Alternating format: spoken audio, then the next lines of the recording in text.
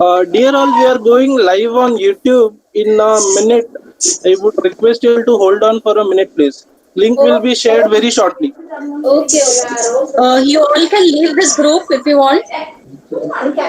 You all can leave this group. We will be sharing the link on WhatsApp, Telegram group. Okay. We are leaving this group now. Yeah, yeah. Thank you.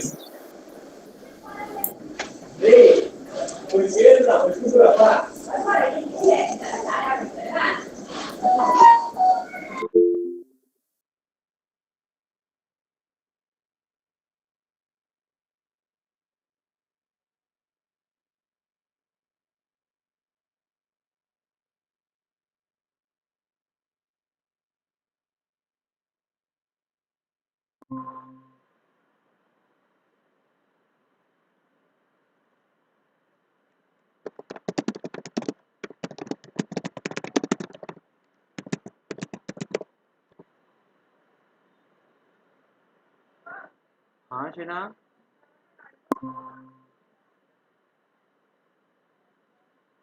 आप कहाँ पे हो? आप कहाँ पे हो? एक 2 मिनट दो ना मुझे जरा please. Sandeep sir you there? कौन है यहाँ पे लाइव? मैं हूँ मैं। तेरा होके भी क्या फायदा है? कावेरी मैम, संदीप सर कहाँ है? संदीप सर होंगे ज्वाइन, रुक। नहीं, उन्होंने लिखा है सर बैकग्राउंड में वॉइस है आपका, मेरा वॉइस आ रहा है पर अरे वो उधर के ग्रुप में भी शेयर है क्या? कहाँ पे? नहीं नहीं, मैंने सिर्फ अपने व्हाट्सएप ग्रुप में डाला है अब तक, और अब तक स्ट्रीम नहीं किया, ये वाला गूगल मीट स्ट्रीम नहीं किया अब तक मैंने। अच्छा, वो पुराना वाला ही स्ट्रीम किया है शायद, मैं जाके आया उधर। सुन, पुराना वाला कहाँ स्ट्रीम किया मैंने? वो वो जो गूगल तूने स्ट्रीम किया है ना यूट्यूब पे, हाँ, वो उधर पुराना वाला जो ये बंदे थे ना अभी, इमेज वही है, कल का ही है इमेज। ये वाले बंदे जो थे ज्वाइन हुए, हाँ इनका भी आवाज सुनाई दे रहा था। नीलम मैम ने जो उधर बोला ना, हाँ, यू कैन, वो भी उधर सुनाई दिया मेरे को। हाँ, वो यूट्यूब। चालू था इसलिए दे रहा है। संदीप हाँ सर आप आ गए? हाँ, मैं आ गया हूँ। हाँ, एक ठीक है, मिनट। आप लोग सब म्यूट रखो, बाकी सब लोग जो भी बोलना है ग्रुप में बोलो प्लीज। हाँ वही, ठीक है। कावेरी मैम, आप एडमिन हो ना, तो आप रिकॉर्डिंग के लिए स्टार्ट कर दो मैडम।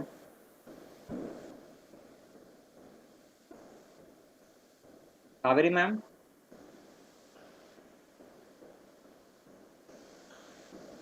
संदीप सर आपको मेरी आवाज़ आ रही है ना? हाँ हाँ, मुझे सिर्फ 2 मिनट देना, मैं मेरा माइक्रोफोन का सेटिंग रेडी रखता हूँ म्यूट करने के लिए। हाँ, मेरा प्रेजेंटेशन दिख रहा है ना? हाँ सर दिख रहा है, परफेक्ट। एक मिनट है, you are presenting to everyone ऐसे लिखा हुआ आ तो रहा है, पर एक स्क्रीन डालो ना सर, मुझे दिखे ताकि। हाँ सॉरी।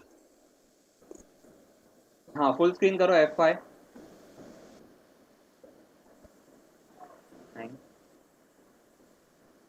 हाँ ठीक है, वेट, हाँ sir.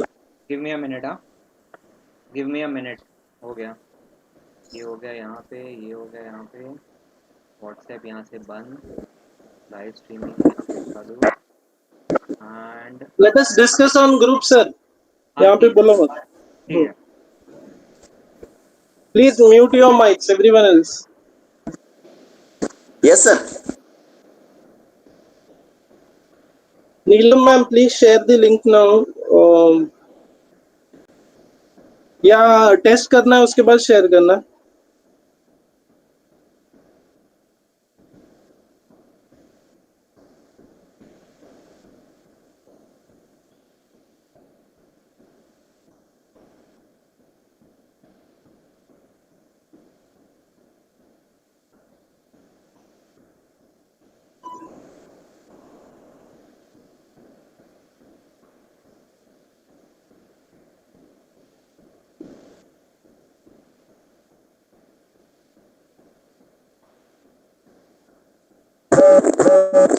Sir, already it is shared.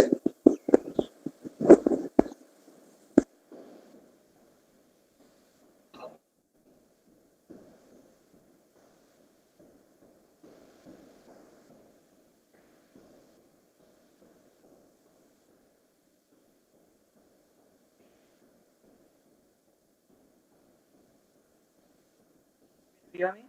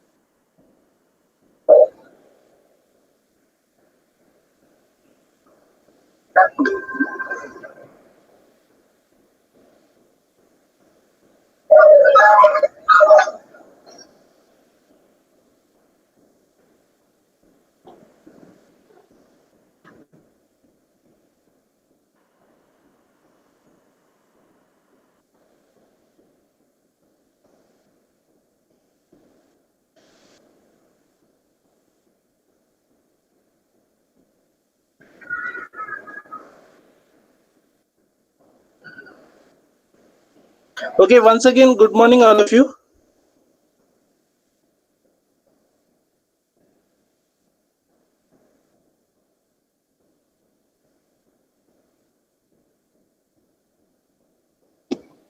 Okay, we'll start with the presentation. Uh, okay, I guess you can hear me. Okay, okay, then we'll start. So we are going to discuss about how what is a Raspberry Pi and how we can set it up quickly. And we will discuss one or two small projects or work that my students are doing. Okay, so let us do it. So Raspberry Pi, what it is basically, let us try and understand and where it all started. So RPi or Raspberry Pi, it's a low cost, palm sized, or even sometimes called as credit card sized single board computer, and it was developed in UK by RPi Foundation, and it was basically meant to promote the teaching of computer science, basic computer science, and and it was supposed to be used in developing countries, but it suddenly started being used in various small and big projects, as it was a computer actually. So it's a single board computer, so that is why it got its use into various projects and in robotics as well. So the sales started increasing and they developed many models of RPi, and the first generation of or the very first model that was made public was RPi 1 model B, and it was released in February 2012. After that there has been many modification, uh, and the latest model that we got was last year in June or July 2019, and that is RPi 4, Raspberry Pi 4. Okay, so all these models were priced approximately at 35 to $40, which comes around to 3,000 approximately. Okay, so we were getting a board of computer with everything on it, and we just need to connect few peripherals so that we can start it as a full working computer. So we are going to see what all things are there on the board and what all things are required, the accessories along with the board, so that we can start it. Okay, so let us go ahead, and we will see the what we are seeing is the diagram of this board. Okay, and if I might use a pointer. Okay, so over here it is the heart or the main processor that we can call. It's quad core processor, ARM processor of A53, I guess, and Cortex A53. So along with that, what we have is we got onboard Bluetooth and Wi-Fi also. So compared to Arduino, we need not uh, we need not connect this modules uh, separately, what we need to do with Arduino and other boards, few other boards. So there are many other boards which has inbuilt Wi-Fi and Bluetooth, but we are referring with Arduino. Okay, then we got micro SD slot over here. We all have been using micro SD card nowadays in our mobile phones. Uh, okay, we will be sharing the PPTs. Don't worry about that. Okay. Uh, so this micro SD slot, what it is meant for is the very thing that is important to run a computer is what its OS. So the OS or the operating system that we call is stored in this micro SD card. The basic requirement is that you have at least 8 GB SD card. Okay, but it is recommended that you go for 32 GB at least, and there are many variants of 64, 128 GB also. So depending on the application, okay, you can switch it, use accordingly. Then you got DSI display port. Okay, so what is this display port? So at times, what people want a big monitor. So for that monitor, they got this HDMI connection which is available. So you can connect to your TV as well. You can connect to any monitor as well, but you need a converter. And if somebody doesn't want a complete monitor, just a touch screen device, so in that case, this one is used, the display port DSI. Well, the small display screen is there. Touch screen can be used by using this port. So you got two ports for display. Now this is the port for power. The micro USB charger port that we used normally, that is used over here, but it has some requirement. It should give approximately 2.5 ampere. Yes, it works on 5 volt and 2.5 ampere power. Okay, so that is mandatory. Below that, it won't be able to drive it because the current consumption is very high, as there are so many peripheral and so many ports, so many pins, right? There is one more connection for camera which is given over here. So you can connect a camera over here. The camera for Raspberry Pi, there is this special camera which is called as RPi camera. I will show you all one picture of it, and a small project that my students have done on it. Okay, so there is another jack for audio and video also. You got a LAN connection, so you can connect a LAN cable directly for internet. Okay, or else you can use Wi-Fi also if you are going wireless. Now you got 4 USB ports over here. So this USB ports, so as we are setting up a computer, you need to use mouse and keyboard, right? So that mouse and keyboard is important, right? uh,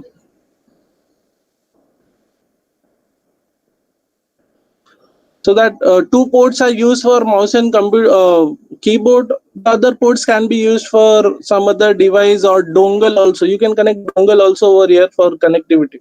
Okay, so these are basically by and large what are the peripherals. So now there are 40 GPIO pins, much more than what was there on basic Arduino board. There are other variants of Arduino board also, but over here we got 40 GPIO pins. Not all are available for connecting devices. There are few power and ground pins also. We will see the pin diagram in the next slide. Okay, so I hope this part is clear to you all. What we have seen is, we have seen this we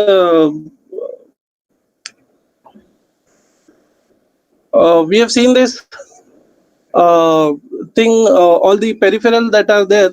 Now let us go ahead. Okay, now this is the 40 pin that I said, GPIO pin.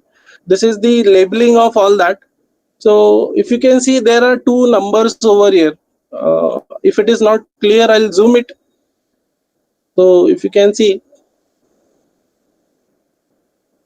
okay, I hope it is visible now. So if you can see, this is pin number 1, pin number 2, pin number 3, pin number 4, pin number 5, pin number 6, and so on. So there are this one pin number labeling is there till 40, and there is this another numbering, GPIO 2, GPIO 3, GPIO 4, 4. So there are two types of numbering that are done to these pins. Remember this while writing the code or while seeing the code. We will talk about this. Okay. Other than that, you can see there are this 5-volt power supply pin. There is even 3.3-volt power supply pin, DC power supply, which is there. Okay. And ground pins are there because we need ground pins as well.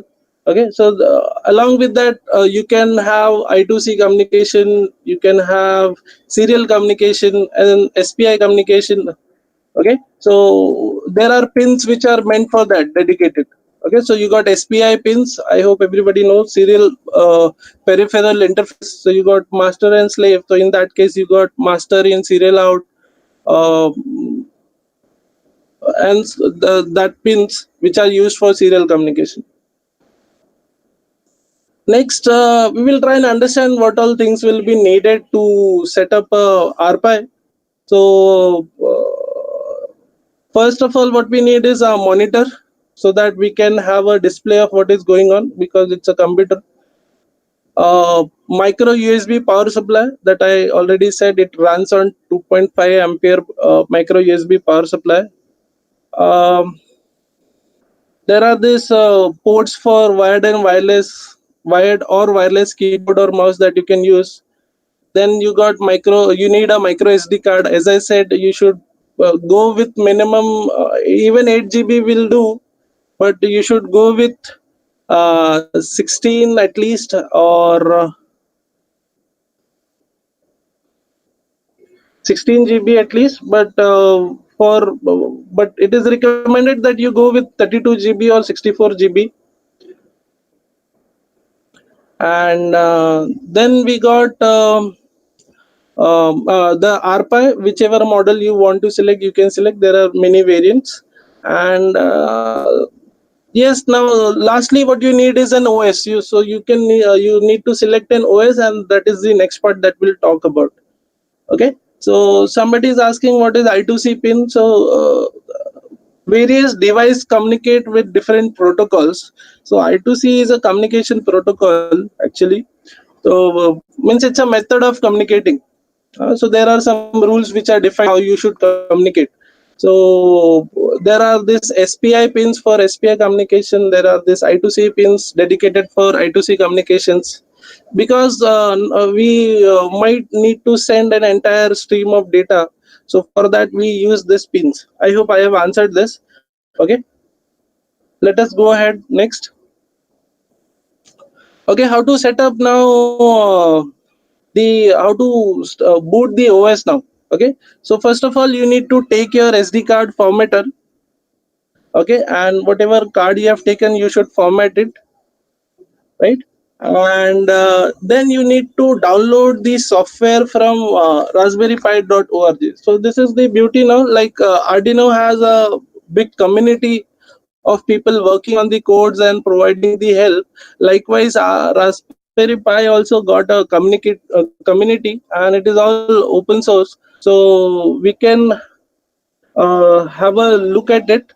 Okay, so I'll show you all how to do it. So we need to go to this raspberrypi.org. So I hope you all can see my screen. So what I'll do is I'll just go to, I'll search Raspberry Pi 4. This one is the latest one. Uh, okay, so over here, if you can see, this is raspberrypi.org. So if you go on to this site, this is the official site of Raspberry Pi. And over here there are this different products which are available. So right now I have selected Raspberry Pi 4, so they are showing all about Raspberry Pi 4. Let me give you a preview. So the last one that we saw was Raspberry Pi 3B. This is Raspberry Pi 4. There are few advancement over here. So there are this more powerful processor they have got. Previously it was Cortex A53, now it is A72. They got Ethernet port, which was already there. There are 4 USB ports, but previously also. But now If you see the advancement, there are two ports which are USB 3, and previously all four ports were USB 2. So what is the difference, you might ask? So difference is USB 3 is basically, you can say it is 10 times faster compared to USB 2 in terms of performance. See why we use this USB port for data transfer mainly, right? So USB 3 is theoretically 10 times faster compared to USB 2. Okay, so that is the thing, advancement. Another thing that you see was previously we got only one HDMI connection. Now you got two micro HDMI connections, so you can support two displays of 4K displays, right? So you can see, you can have two monitors working. There is this power supply. Now it is changed to USB-C. Previously it was um, micro USB, right? Now it is USB-C type. We all see now new mobile phones have come with C type charger, right? We always all the new phones mainly are of USB-C type, so that charger is required. But you need to see the ratings. It needs minimum 3 ampere to run. Okay, previously it was 2.5, nowadays 3 ampere. Another important advancement that we can talk about is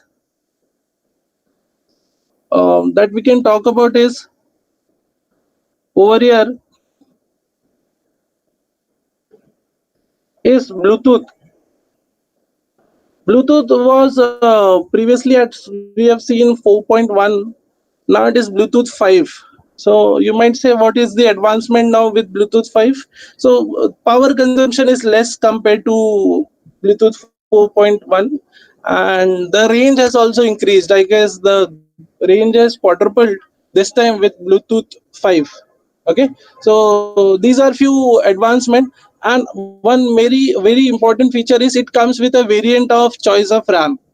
So previous models were having RAM which were 1 GB, Raspberry Pi 3 I'm talking about. Now this time you got variation over here, so you can select 1 GB, 2 GB, or 4 GB RAM. Even if you go with 1 GB RAM, it is better than Raspberry Pi 3, because in Raspberry Pi 3 the RAM was DDR2, I guess, and now they have made it of DDR4. Okay, which is again, I guess, 4 times the capacity, transfer capacity is there. So it again speeds up your system. Okay, now so this is all about the advancement. So what we can do over here is we can just go to downloads, and now there are these two options over here. So if you don't want any headache, you don't know what kind of system you have, you are new to it, you should select this option, noobs. Okay, and you should download this. So noobs is actually new out of the box software. What it does is, when you install it, it will recommend you what are the softwares that your system can sustain. Okay, depending upon your setup of your system. Okay, and it will ask you whatever software you want to install, so it can be customized accordingly. Okay, so that is helpful for new people. What others can do is those who are well aware, or those who are using high end system, like as I said, if you are using 64 GB SD card, you need not worry about the space and all. So you can go on this Raspbian, and over here there are these few types. So this one is recommended as it comes with some recommended software that we are going to use. Okay, or you can go with this also. So if you know things, you can select anyone from this. It already comes with software included. Or else what you can do is, as I said, you can download just noobs, and it helps you with the installation. So if you don't know deeply what you need, what you don't need, or if you don't understand, it will help you download that. So you can download any of this, and it's a zip file that will be downloaded. Okay, now next thing that you what you need to do is, I'll go back to the presentation now.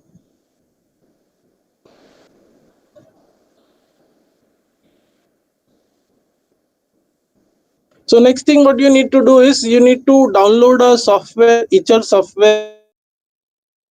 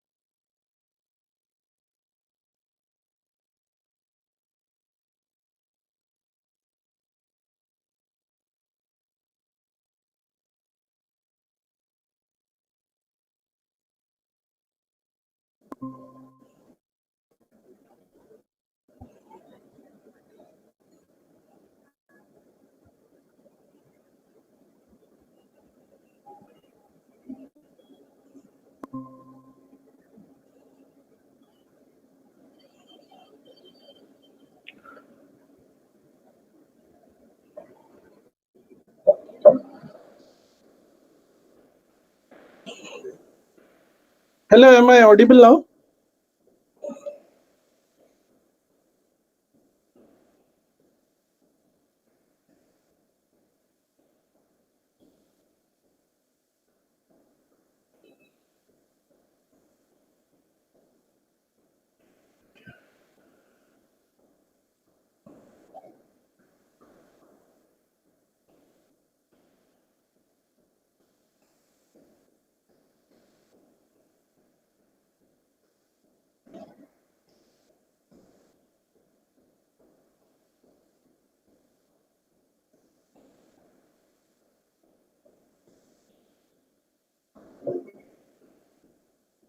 Okay.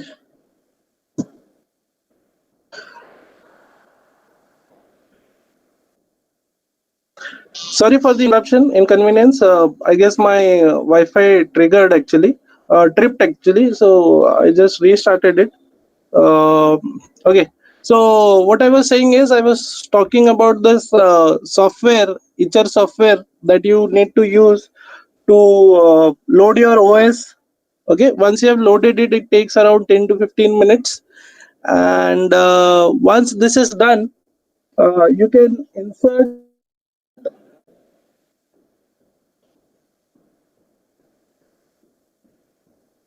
Once this is done, you can insert uh, your SD card into RPi, connect your monitor and everything, and connect the power supply using the micro USB USB-C charger that we discussed few minutes back.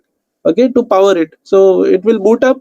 Okay, and it will look like a normal screen. Now, one more thing that we can do is at times what happens is we are at a place where we don't find a monitor separately, and what we can do in that case is we can use other laptops desktop, sorry, screen, so as a remote desktop also. So for that case, repeat what I just said. At times we don't have monitor to see the RPI's output. So what we can do is we can use the laptop screen to check the output and everything, the screen. So for that case, what you can do is you just need to add one SSH file in that zip folder that we had, and what it helps you is it helps you to set up a remote desktop actually. So remote desktop can be set up from your laptop. If you want, you can check it. You can search for remote desktop. All it asks is it asks for the IP address of the device. So you can give the IP address of the RPI, and what you will have is you have laptop screen will be streaming the OS from the RPI. So that is one another way. The two commands which I used, install server and install app, that is done on one day. Okay. uh, the most important command that we use is sudo apt-get. So it is superior user agent to install something. So that is done for installing every software that we need or every update that we need. We use by using this command sudo apt-get. Okay. So that is one thing. So this will start up your OS. When you open up, it will ask for some setting like your Wi-Fi setup and so on, so that you can do easily. Next, let us talk about the application. So there are this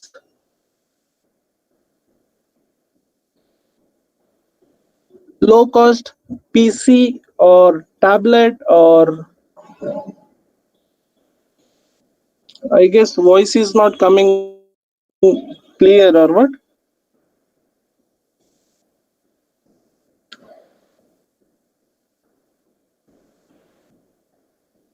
Can you hear it now? Is it clear now?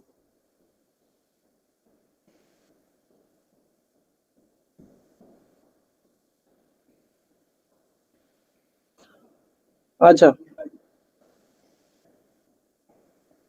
ठीक है, ठीक है. Thank you. Please give your feedback continuously. I'm just monitoring the chat of the YouTube, so you can just reply on that, message on that, so that I can quickly act accordingly. Okay. So let us continue. So we have seen the setup of RPi. Now what we will discuss about is applications. So applications are, you can set up a low cost PC, as I said. So the board cost approximately 3000. I said 3000, 3200, depends on the variant which you're using. It might even go to 3500. And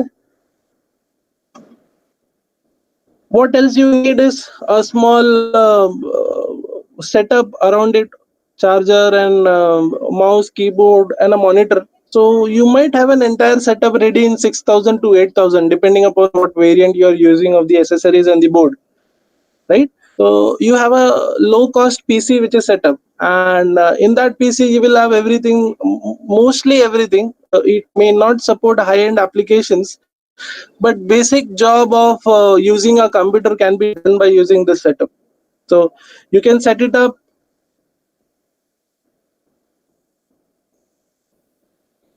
Again my voice is breaking, same issue. Okay.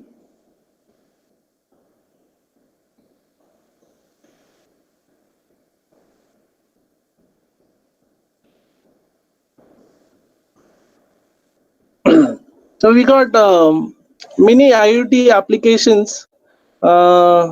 See, basic application of what Arduino cannot do and what RPi can do in IoT application is handling a large amount of uh, devices at a go. Another thing it can do is if you want to set up a remote server somewhere, it cannot be done by using a Arduino, right? It has to be done by using a small computer only. So in that case, this ARPA is very applicable, and so there you can use it. So there it has a cutting edge over Arduino. See, Arduino is just a microcontroller and it runs a particular code over and over again. It does nothing else, right? So but this is a computer that we have set up, so it can do multitasking, it can do many things, right? Another important application is robotics. Robotics nowadays, from a few couple of years, whenever since it started, RPi, it has been using this RPi for this making robots and thing, automation, and as I already said, for making server and all you need this, right? Simplest example I give, so is there is some remote location, you are not going to set up an entire PC, right, of 20-25,000 maybe. You can just set up a remote server by using investing 5,000 over there, right? Okay. So next is security monitoring. So you can build a surveillance, since we have a port directly to connect camera, you can set up a security monitoring or surveillance thing. Okay. Next is gaming. For gaming also, there are many games you can install and you can play, like we play on our Windows. You can have games to be installed on that also, and you can play it if you want. Environmental sensing, monitoring, weather station, and all these are all examples of applications of RPi. Now what we'll do is we will talk about little bit about how to interface things over Raspberry Pi. And over here I have written a very simple program. Now if you see over here, what I've done is I have connected RPi, okay, and it is being connected to this LED. So you got a single LED with a diode. We discussed this yesterday also. If you don't connect a diode, there are chances it will blow off, right? So first of all, what we do is any programming, what we do is we set up some uh, library files. We import some library files. So what that is done over here, so we are importing GPIO because we are going to use this general purpose IO pins, right? So we are using that. Another thing that we are importing is we are importing time, because we will be using some time delay over here. Okay. Just to zoom in, I can show you all this connection over here. Okay, I hope this is visible clearly. So if you can see, there is this third number pin from here is ground, and we got this 6 number pin over here that we have, this that is the GPIO pin we are using for connection. Okay. Now let us talk about the code over here. So this is the code, and as I discussed, these are two libraries that we are using, RPi and time. And second thing that I'm doing is I'm setting up the mode of GPIO. Now this is important. Here I have written GPIO.bcm. Okay, and the another option is I can write GPIO.board. Okay, so what is the difference? So I'll take back to the slide that we have discussed earlier. Over here, if you can see,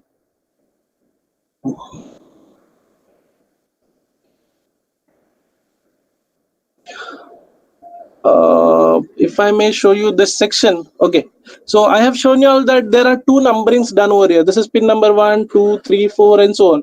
So have a look. This third wala pin I have used as a ground over there. And third wala pin I have connected to ground, and I have used this sixth pin. Okay, the sixth pin I have used. Now if you see, there is one labeling that tells that pin number is 12, but there is another name that is GPIO pin number 18. Okay, so we can do numbering.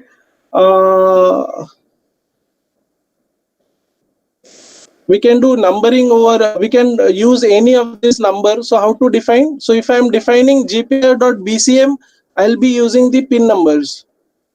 And if I am defining GPIO.board, I'll be using this GPIO numbers. I'll repeat what I just said. Please understand this. You can use any of these numbers to represent the port.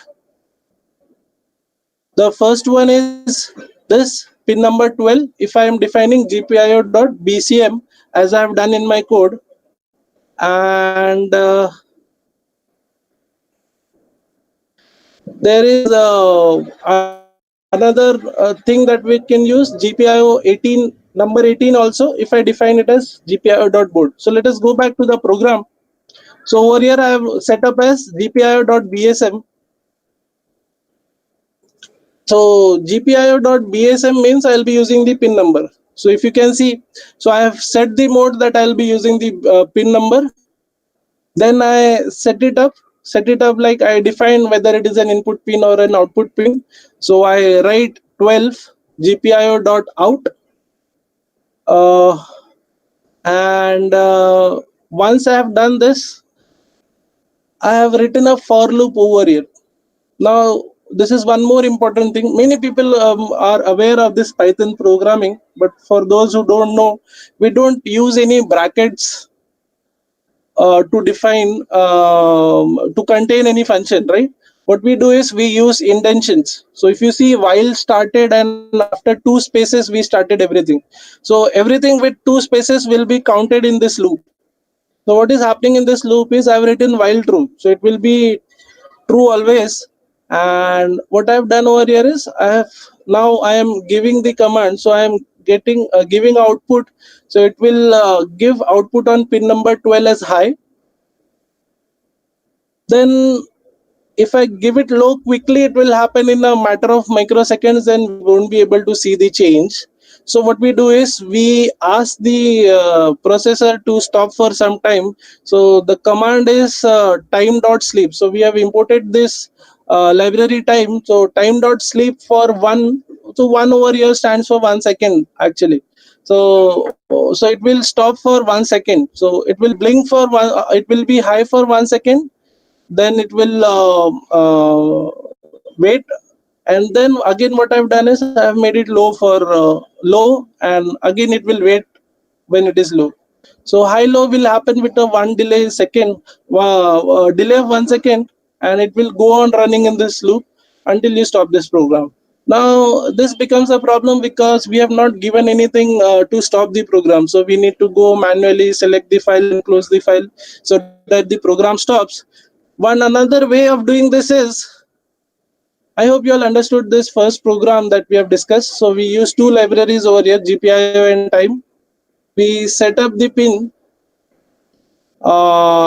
set mode that we will be using pin number. Then we defined it as an output, and we gave output as high and low. Okay, so very much similar to what we do in Arduino or any other what do you say, boards that we use, right?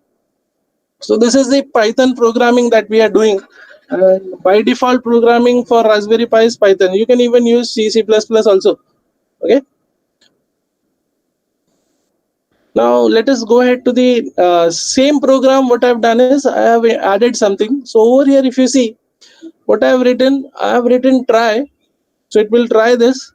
it will do this. So I have defined a for loop also. Even if you don't do this, this will happen, but it will happen only once. So I defined a loop over here, and this loop, for x in range 1 comma 4 means x will have value 1, x will have value 2, x will have value 3. Okay, so for 3 times it will happen on and off for 1 second delay. Okay, and why it doesn't go for 4? So this is the limit. So if I define 1 to 10, it will count only from 1 to 9, it will not go to 10. That is how it works. Okay, so gpr dot high and gpr dot low. So if you want to stop the program in between, so I have written an exception over here. Okay, so what exception it is? So except may you can write keyboard interrupt. So anything you press on keyboard, it will come as an exception and it will exit. So the program will stop. So you need not go manually and close it. You can even do this in infinite loop. So it will go on, going on and off, on and off, on and off. And whenever you want to stop, you can give any keyboard interrupt. So if you press anything on the keyboard, it will stop, right? So that is how it works. Okay, I'll show you all one more example, couple of more example, and then we can stop and we can have some questions also. So this is one code that my students were doing last year on surveillance, last to last year actually. So this is the PyCam that we have. Okay, so this is how it looks. The wiring part is little delicate over here. This is the end that goes into that port that we have discussed, camera port. Okay, and this is the code. So if you can see, you got around 8 lines which are written to record anything by using Raspberry Pi. So it is that simple. So what we have done is we have imported Pi camera. It's a library again, and we are using time over here again, so that we can stall the processor. So we call the camera, and before doing anything with the camera, we need to start a preview so that it starts. So camera dot start preview is a function which is called, and then what we said was we said to this is the command for recording. The question that they are asking is, it will run 3 time or infinite loop. The last program, it will run only 3 time because the range was 1 to 4. So it will go for 1, 2, and 3. It will not go for the 4 time. You can make it infinite loop. That is what I said, by writing while true that we did for the first program. Okay. I hope it is answered, Priya ma'am. Okay. So camera recording we have done. So this will start the recording, and I have given the location where you want to store it. So you can store it any device. If you, even if you want to make a connect a hard disk, you can connect and store there also. And we stalled it for 10 seconds, so it will be recording only for 10 seconds, and then we will be stopping the preview. So this is what it does. I'll show you the setup, how it is connected. I don't know if it is clear or not. So if you can see, so this is how the Pi is connected on this board over here. And the further part of this project was we connected it to a servo motor, so it can rotate also. So it is not looking straight, so it can look around a 180-degree or whatever area you want to cover, sector you want to cover. So it can rotate time in a timely manner, and you can record it. And this is the implementation of this was just a click on that camera that we got. So just a photo that I had, I wanted to share. Okay, so that is there. Now next, what I wanted to show is this year my students were doing a project on this humanoid robot, which is Ellie. They have named it as Ellie. I still don't know why they named it Ellie, but what they have done is they tried to use RPi for main function, and they integrated many Arduino along with it. Okay, so what I'll do is I'll just show you all some functions that it can do, and you can then just ask some question if you all can have. Okay, so I'll just go to the YouTube. I don't have a video over here right now.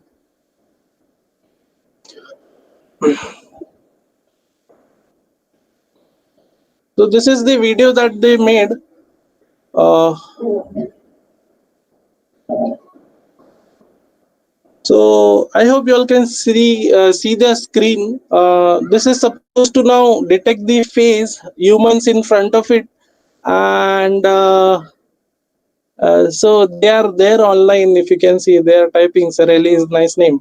Okay, so Humanoid Robo is the channel name. You can go and check their videos if you want, and I'll just play it for you. So what you can see is in the camera. In the camera, it is detecting the people. Once you have detected the people, it will shake hand, and shaking hand is one thing that was done over there. Then it plays its video, which is already there, so you can look at the description. You can look at the description of that. Okay, so there are many things that they implemented over here. They had a wireless drive also, uh, by using so they are controlling it wirelessly. You can see in the meantime, uh, ppt video is being played over there, and I'll finish with this video of theirs, so you can know more about it on their video link. So if you can just search humanoid robot, and Ellie. So this is what the frame looks like. This was the start.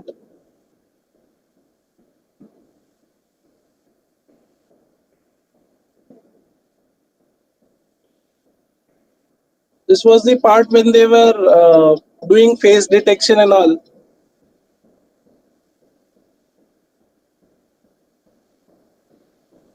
ये थोड़ा सा जुगाड़ से उन लोग ने हाथ बनाया so that it is light. You can see Bisleri bottles are used.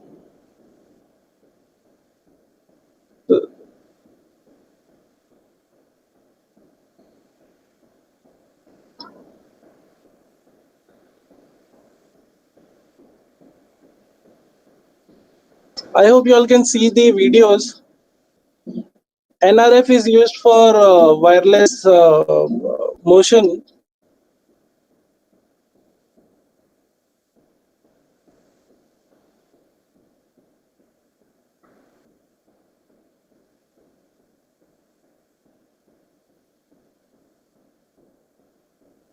So this NRF part is done with Arduino actually, but the main board is RPi.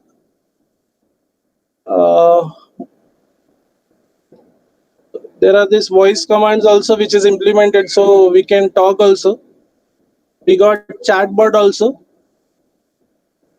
so it will talk to you. We got a temperature and humidity display, I guess. There are these languages Python and C++ that they have used, and so on.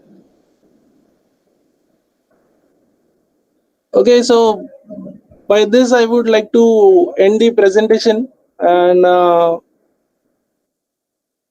you can look for their videos if you want to for more detail. They can answer you if you have any questions, right? Okay, thank you very much, and we will stop with the presentation now here, and the next presentation will start by 12 o'clock sharp. Okay, so we got 15 minutes. Please stay connected if you're going anywhere. Okay, thank you very much.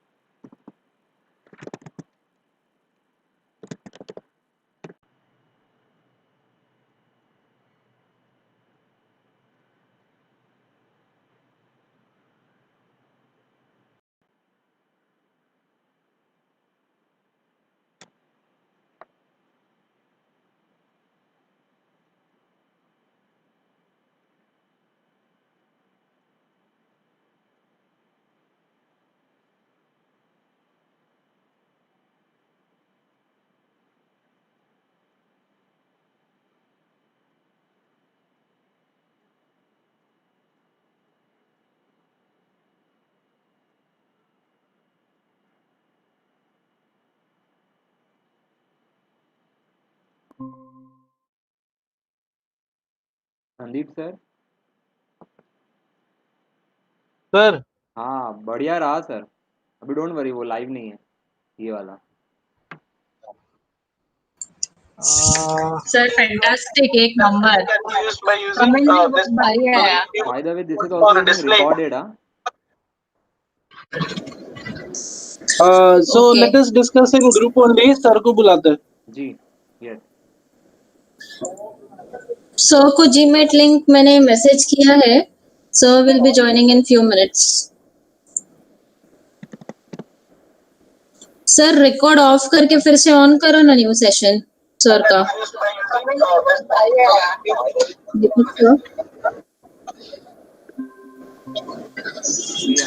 So let us discuss in group only. Sir को बुलाते हैं. Hello Vimal sir, can you hear मी? को GMAT link मैंने message किया है। Sir will be joining in few hello minutes. Vimal sir. Sir record of करके फिर से ऑफ ऑन ऑफ है, करो ना। ऑफ है, रिकॉर्ड ऑफ है।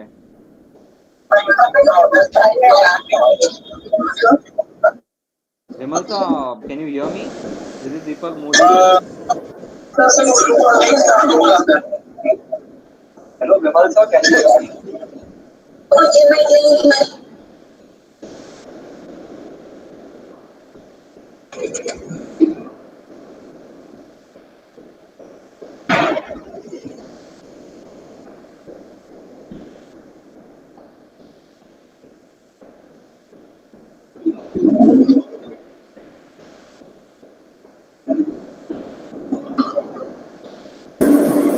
Hello, can you listen me?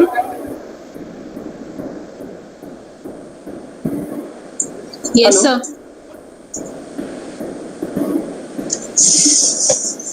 Hello, sir. We can hear you. Yeah, I'm audible. Is it clear? Yes sir, you are Yes. Audible ना। Okay, because I am using my laptop and without headphones, so no echo or anything like that, right?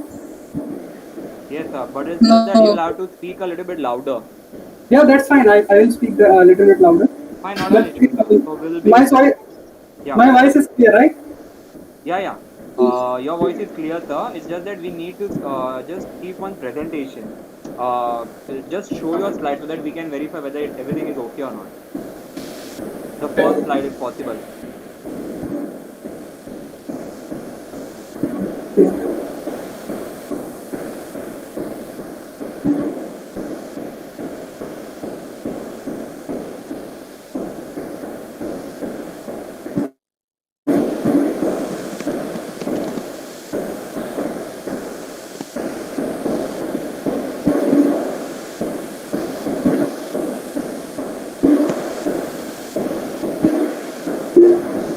is it visible? Hello. Yes, sir, it is visible, sir. Okay. Sir. IT and IoT.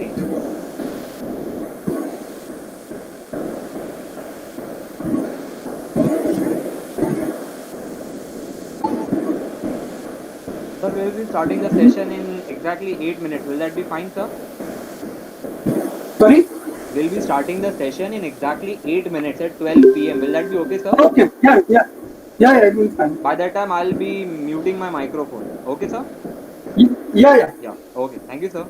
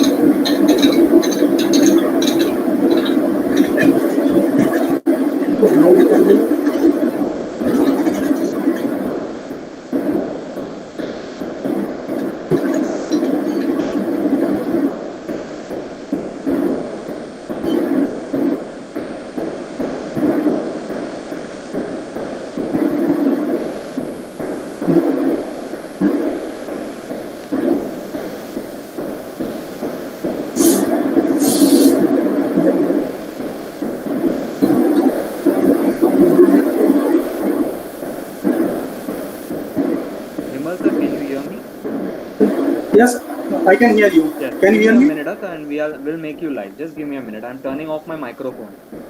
Okay. My voice is clear, right? Yes, sir, your voice is audible. Perfect. Good. Yeah, thanks.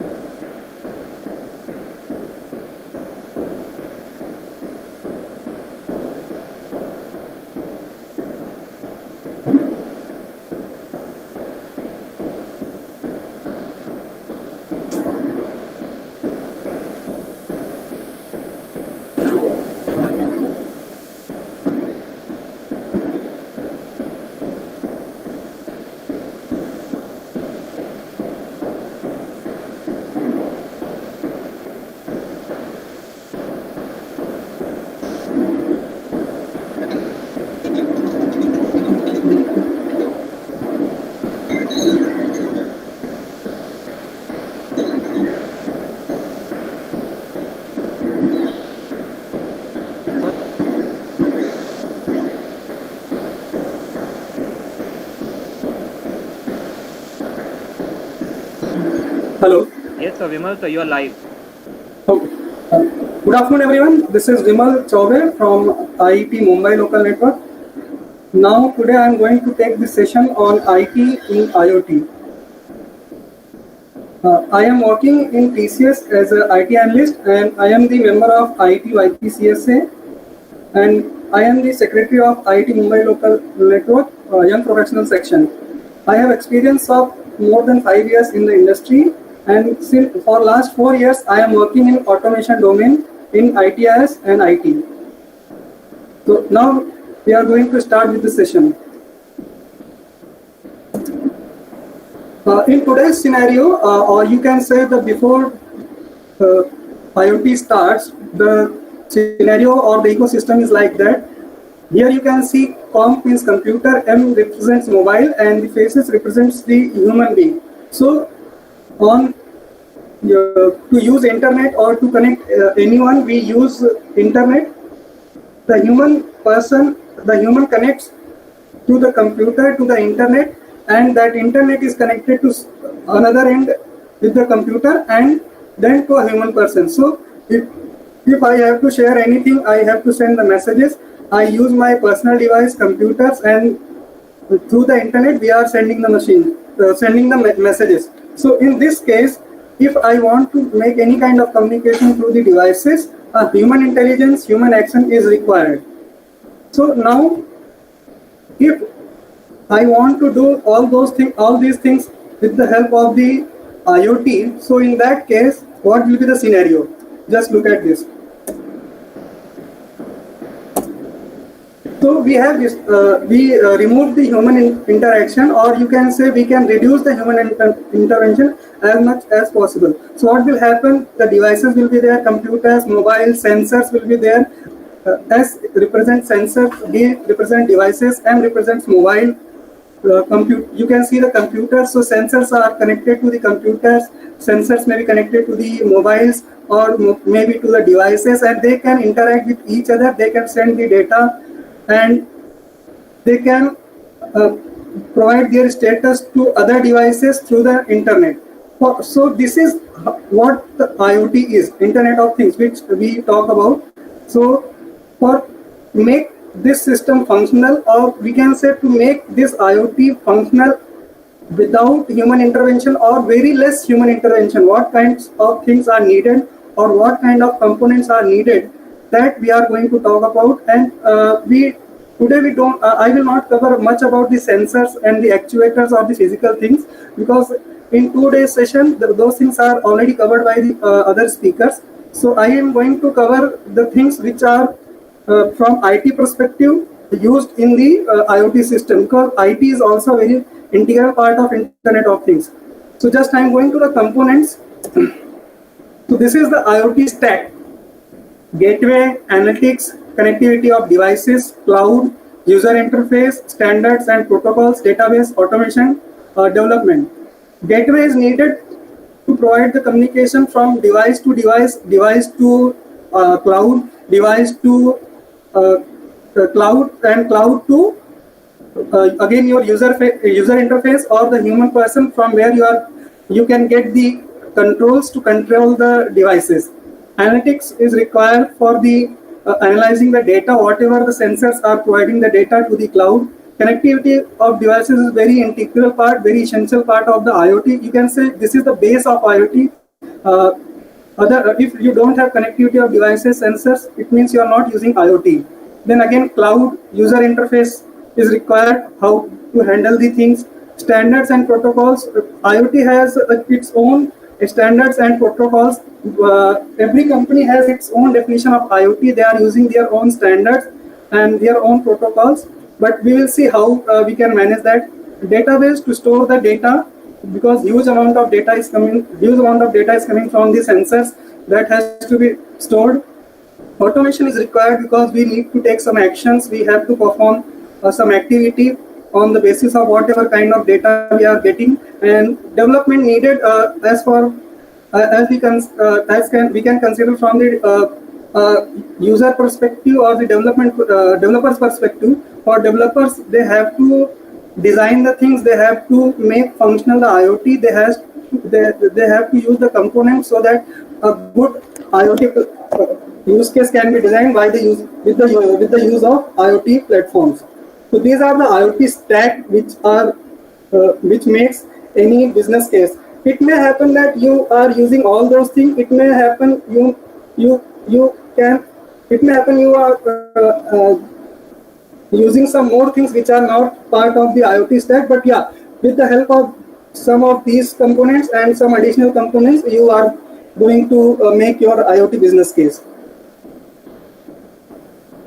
Now, for the today's presentation, the contents which I am going to cover is automation and IoT, connectivity, cloud, analytics tool, AI, ML, deep learning, visualization tools, IoT security software, user interface, chatbots, if TTT, IoT enterprise applications, and IoT platform. So last two are the examples where I will show you, or I will just provide the small detail of the what are the enterprise application have been established with the help of IoT, and what are the IoT platforms which you can use for developing your use cases. So those may be open source platforms and or paid platforms also.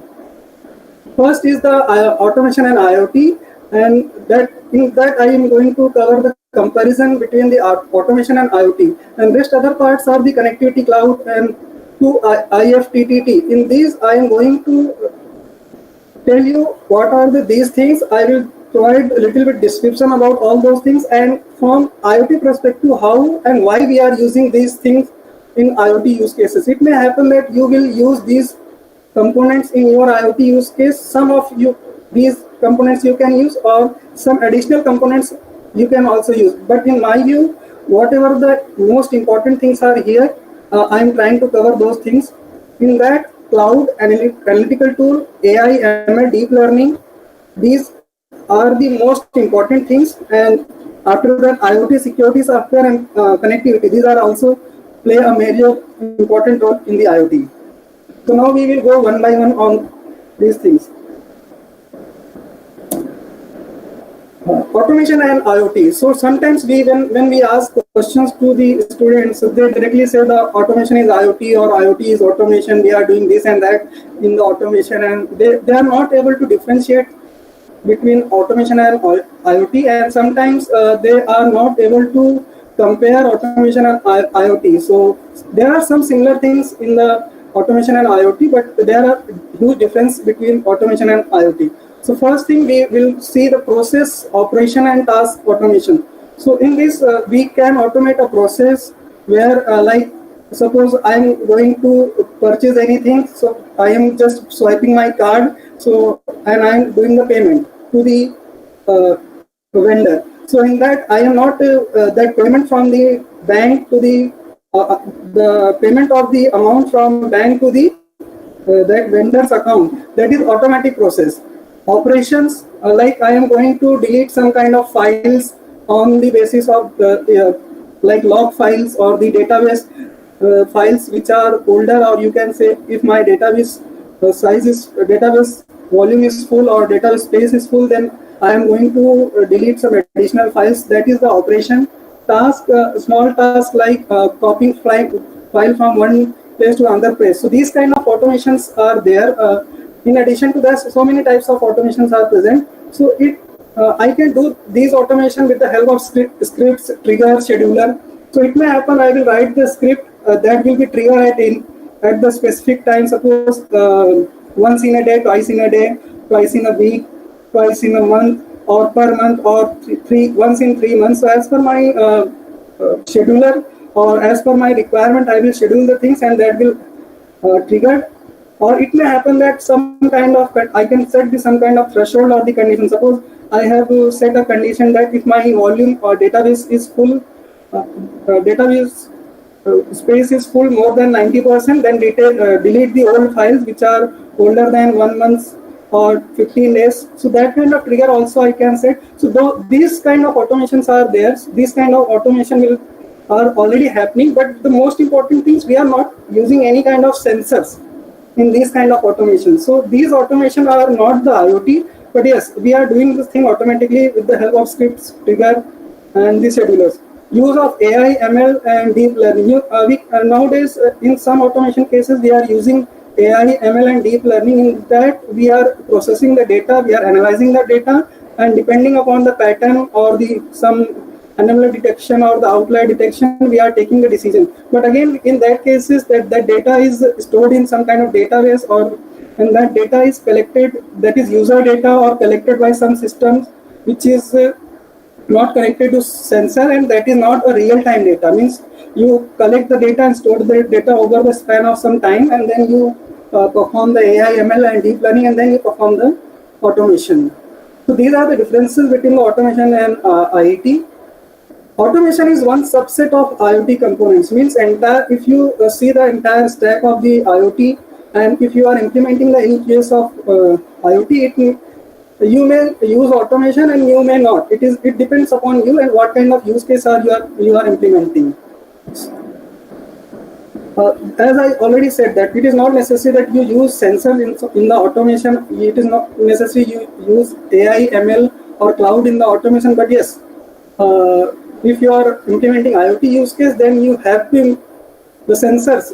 You have to include the sensor in your IoT business case. Otherwise, it will not be a IoT business case.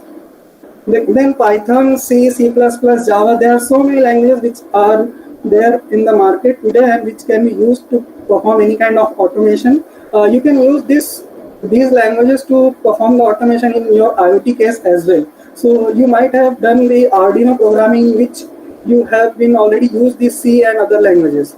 And Python is in the market, is you can say it is in boom.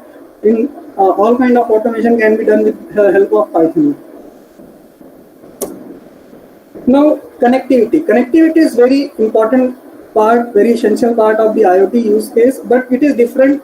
So let's discuss what are the things from IT perspective which are very essential in the connectivity in IoT. Lightweight protocols. If I am connecting one sensor to one device, and then I am sending data to my cloud. So suppose I am my sensor is sensing or it is measuring the temperature. Then what will be the range of the temperature? It will be minus 50 degree to 100 degree, 200 degree, 300 degree, or 1000 degree, or it may be 2000 degree or 3000 degree in some business cases. In that case, what kind of data I am sending to the my cloud or my IoT application is that only one integer that is also in range between minus 100 to some thousands maximum at the max. So I am just sending one integer. So that data will not be more than 1 byte or 2 byte. So just if I use HTTP protocol or other heavy protocol, then I am sending 1 byte of data, and my packet size or my protocol data size will be more than the actual data size. So, and if I am using thousands and thousands of sensors, because my area is big, I have to cover more area, and I have to deploy more sensors so that I can get, you can say, accurate data. So for that, if I am implementing HTTP or some other heavyweight or usual protocol which are used in the internet connectivity, in that case, that will be a overburden on the sensors also, in processing of the sensors cost, and that will require more amount of memory, and that will affect my wastage also, because I don't need to send, I do not require HTTPS or some kind of that protocol, because I want to send not more than 2 bytes of data. So MQTT, Zigbee and other protocols are there, which are lightweight protocols, wireless protocols. So we are using those protocols. REST and SOAP, these are the and HTTPS, these are the protocols which are also used. So these protocols are used between the cloud and your user interface. Suppose you want to communicate between your data storage to your analytical engine, and after the analytical engine you want to trigger some action, or you want to hit the API so that some action can be triggered, or you want to send a message to some third party or your user interface. In that case, we will use web-based protocol, HTTPS, REST and SOAP. So I explained sensor device. The connectivity is like sensors to device, device to gateway, gateway to cloud, cloud to user interface. So in this case, standardization plays a very important role, because each and every devices, each and every manufacturer is using its own standard. So that there will be a heterogeneity in our environment. So we have to deal with these kind of heterogeneities in such a way that from the gateway we will, what kind of the data we receive, that should be in a particular, you can say, a standard format, because that has to be processed and we have to take the decision depending upon that. So gateway plays very important role. Gateway is connected to the devices and the sensors, and gateway act as an interface between cloud and your device and the sensors. So all the data comes to the devices and gateway. So as from, if you consider from the security perspective, then gateway plays a very important role. So data, if the data cleaning is also done at the gateway level, and the different protocols, protocol conversion or the standardization of the different protocol, all these activities are done at the gateway level. Then message queue, after the completion of the activity, after the analytics, if I want to send a message to anyone or any interface, in that case message queue is required for the communication between the components. It's like an email service or SMS we are using. So message queue is there, which can be used, which must be used to communicate between the components.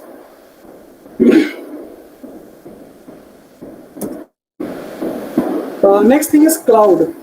Now we are saying that cloud is in boom, cloud is everywhere used. So in cloud there are 3 models, private, public, hybrid cloud, and then service, means infrastructure as a service, software as a service, and the platform as a service. So I'm not going to in that kind of those details. So why cloud is important, I am telling here. Why cloud is important in the IoT.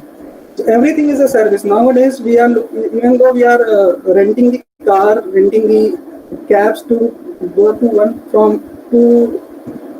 one destination to another destination. So everything as a service is, you can say, it is like an ecosystem today.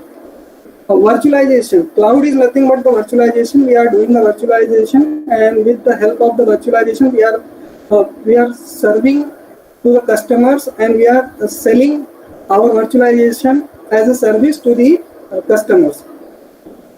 Why cloud is required beyond if my requirement is beyond standard requirements or the capability. Suppose one hardware manufacturer is there and they are manufacturing the hard disk. So they must have decided that they will produce 100 GB, 200 GB and 300 GB or 100 GB, 500 GB, 1000 GB hard disk for the customers. But suppose I want to implement one use case where I will just monitor my temperature of AC, or I will just monitor my fridge situation. In that case, I will not require data which is more than 1 GB per day. So I am going to store that data which is 1 GB, 2 GB, and that for that I will require only 10 GB or maximum 5 GB of hard disk. So it is not possible for manufacturer to make 5 GB hard disk, or it is not possible for the manufacturer to make 1 TB or 1 TB, 100 TB or 500 TB hard disk, because some business cases or some bigger organization require that kind of storage capabilities. So in that case, what can be done? You can take 100 GB of hard disk, you provide 10 GB, 10 GB, 10 GB to the 10 customers, and that in that case, that can be managed efficiently in low cost way. And similarly, if you want a storage of suppose 1000 TB, 90 TB, 100 TB, in that case also you can collect 1000 or 500 capability of disk, and you can add those, and you can make a array of the hard disk, which is also known as RAID, and you can use it. So storage 5000 TB or 1000 TB storage can be built in that manner. So they are producing just 100, 200 or 500 GB or 1 TB hard disk, but we can cater the services of individuals who requires the storage of 10 GB, and we can cater the service of the organization which requires the 1000 TB, 500 TB data. So that can be done. So here we can say the more customization is there. So we can use the cloud for that also. So as I said, storage, compute, memory, these are the important things, because to process the algorithms which are used in the IoT, a huge amount of memory is required for artificial intelligence, for presenting the data. So cloud can be used for these kind of things. Flexibility, you can reduce the size of any storage from 40 GB to 400 GB, 400 GB to 1 TB, and just with the help of one click. You will click and that size can be increased. Zero downtime, high availability. Cloud, the virtualization, load balancing, and other concepts are used so that there will be zero downtime, and the services will always be available for the users at every time. So with the help of cloud, you can achieve the more than 99.999% of the availability. Access from anywhere, cloud is available on the internet. So suppose I am deploying one use case in which I have to monitor my temperature of the room, then I will put the sensor in my room, and that sensor can connect to the cloud, and with the help of that I can, and my user interface will be connected to the cloud. So I can use, or I can get the data of my room temperature from anywhere in the world, pay as per use. If I am using one small service just to monitor the room temperature, or just to monitor the condition of my car, in that case I will need a small amount of processing just to process my data, because for that I need a small amount of compute. So I will pay as per my use. So I don't need to buy all the memory and the storage and other devices, and you would say AI, ML, all those kind of algorithms or the softwares I don't need to buy for my just for one use case.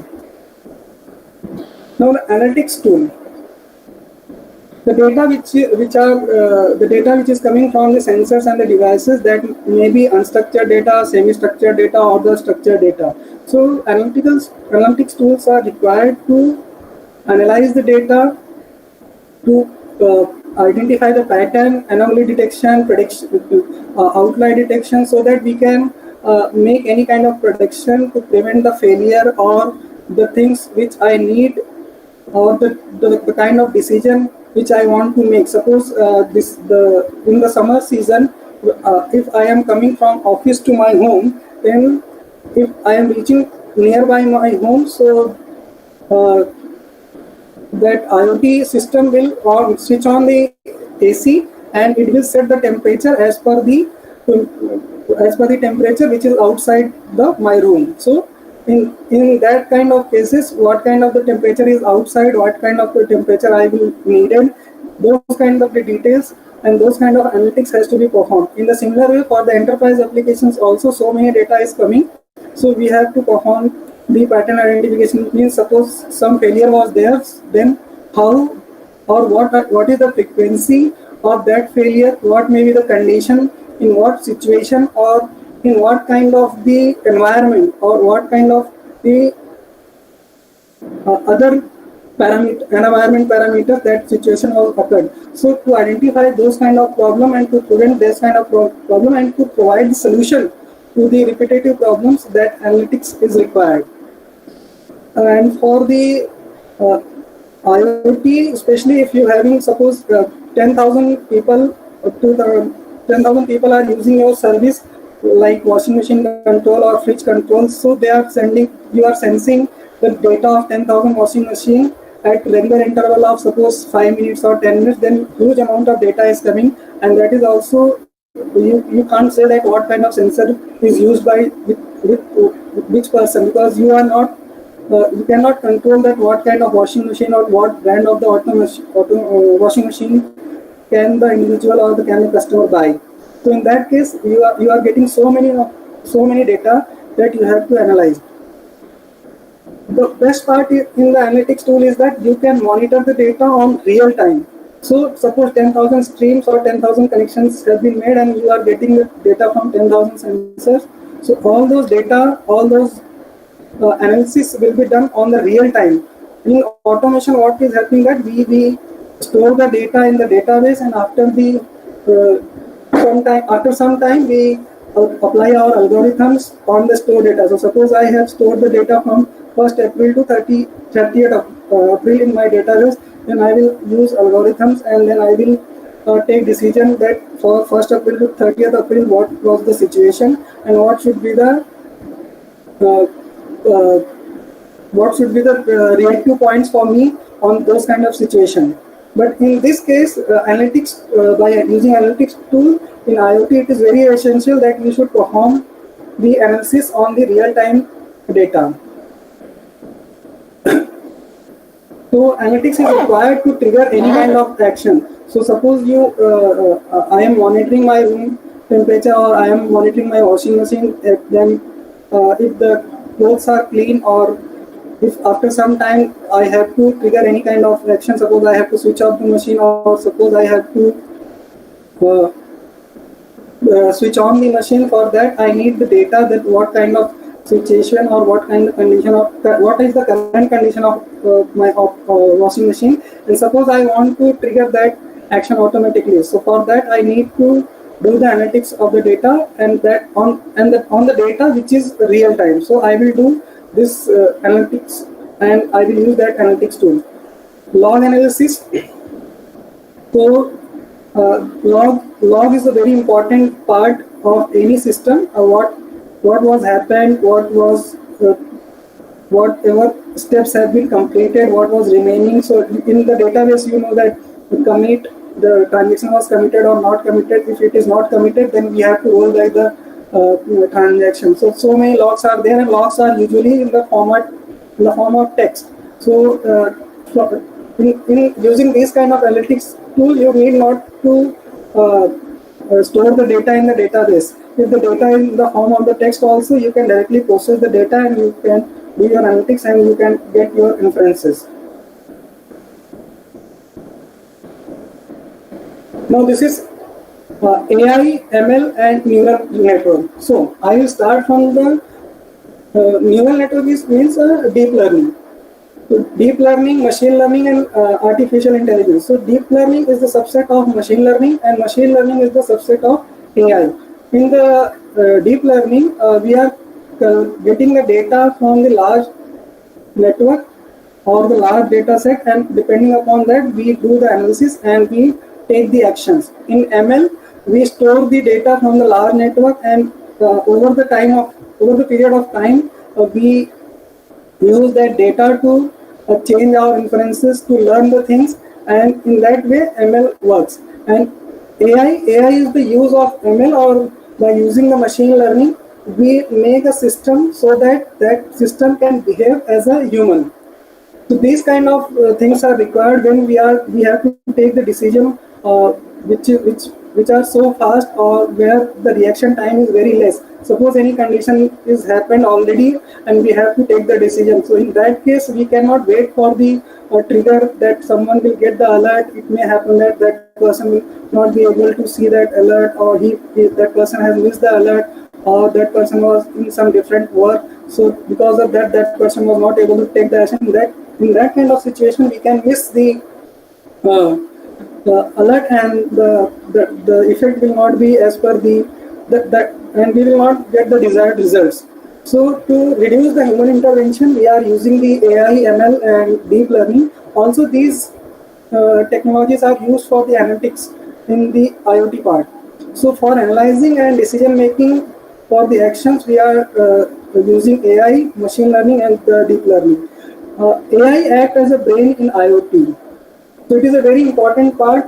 So that we said, as I already shown you, that when we are reducing the human intervention in the system, in that kind of situation, we have to make, or we have to ensure that our entire ecosystem is functional. In that kind of situation, we need AI, machine learning, and the deep learning, so that someone can take the decision depending upon the data. And one more important thing is that in IoT, we have to make the decision on real time. So all the decision has to be made on the real time data and real time data analytics.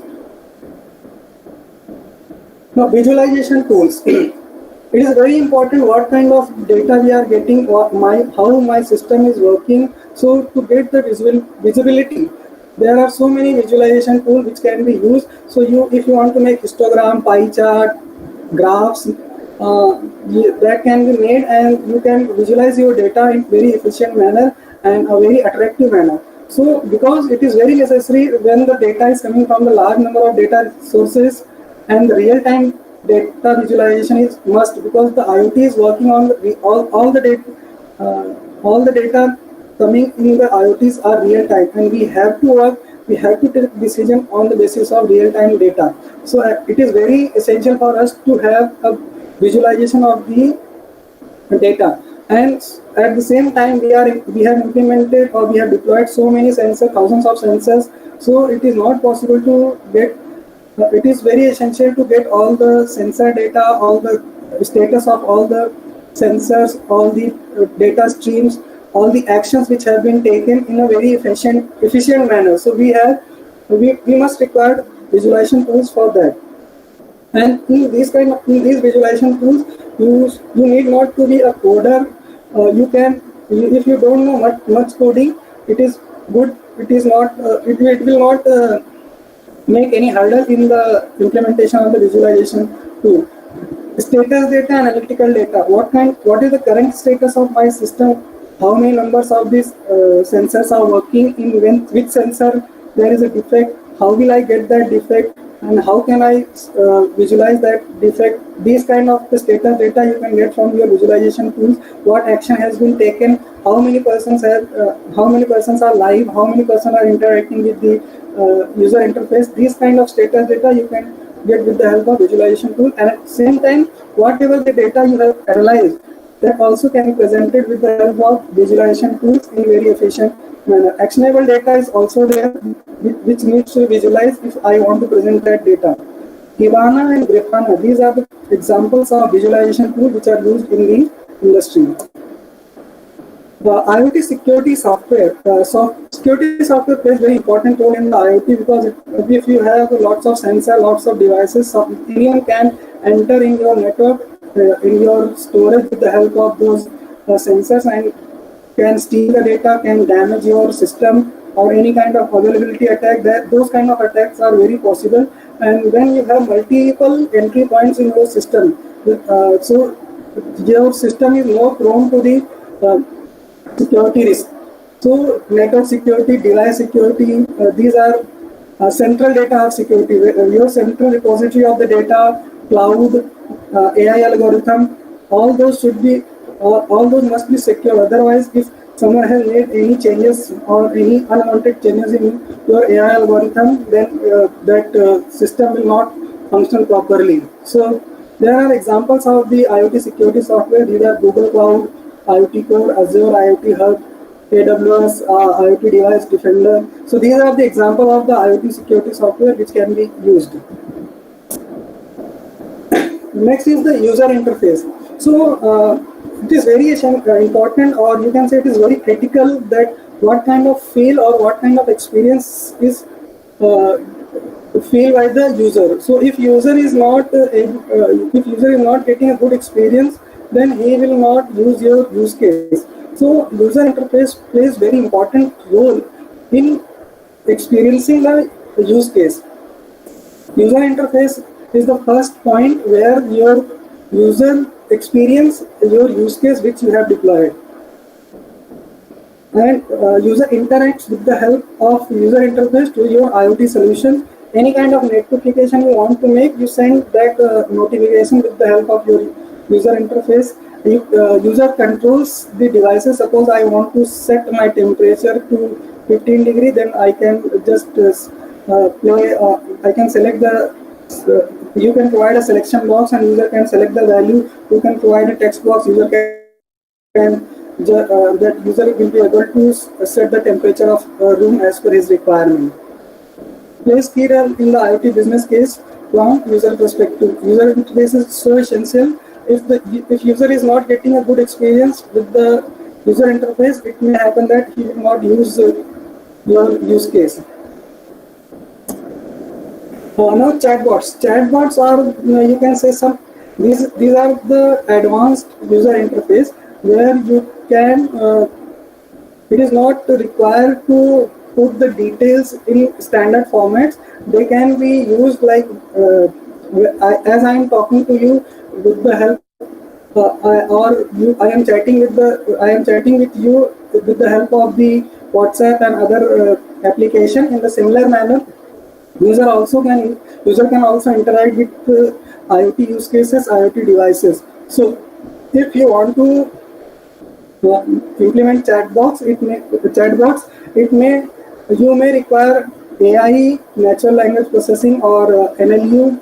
So this is the new way of interaction with the system, and these chatbots majorly communicates over the API. So whatever the inputs user is providing, chatbot is getting that chatbot is getting that input. With the help of AI and NLP, you will process that natural language, the English language, and you will find out the intent of the user. And then, according to the intent, there will be a system or the execution engine behind the chatbot that will convert that intent to the programming language or the command or shell command, which is already provided to the AI system, and that command can be sent to the devices or can be sent to the systems where the action can be taken. In the similar manner, you can integrate your voice bots with the to the IoT system. Here, you can just say like I want to set my temperature, AC temperature at 25 degree. I want to switch on my AC, or I want to switch off my fridge. Or suppose someone is working in the industry, so they can say that I want to delete, or I want to get the report of the database, or I want to get the status of memory or the CPU utilization of XYZ server. So in that manner also that it can be used. MetaMost and Slack are the two examples of the chatbots which are used in the industry, and these are the basically these are the interfaces, chat interfaces, and behind these chat interfaces we have to implement the bot. So chat interface, with the help of the bots and with the help of AI and NLP and NLU, you can implement your chatbot. Similarly, with the voice bots, Siri, Google chatbot, Google Assistant, these are the kind of voice bots which can be used, and you can say commands, or you can say the commands in, or you can convey your intent in the normal English language. Those will be converted, and those will be processed and will be converted in the that command line, and that can be sent to the system. Now, this is a very interesting part. If TTT, if this then that. So this is a free way to get all your apps and device talking to each other.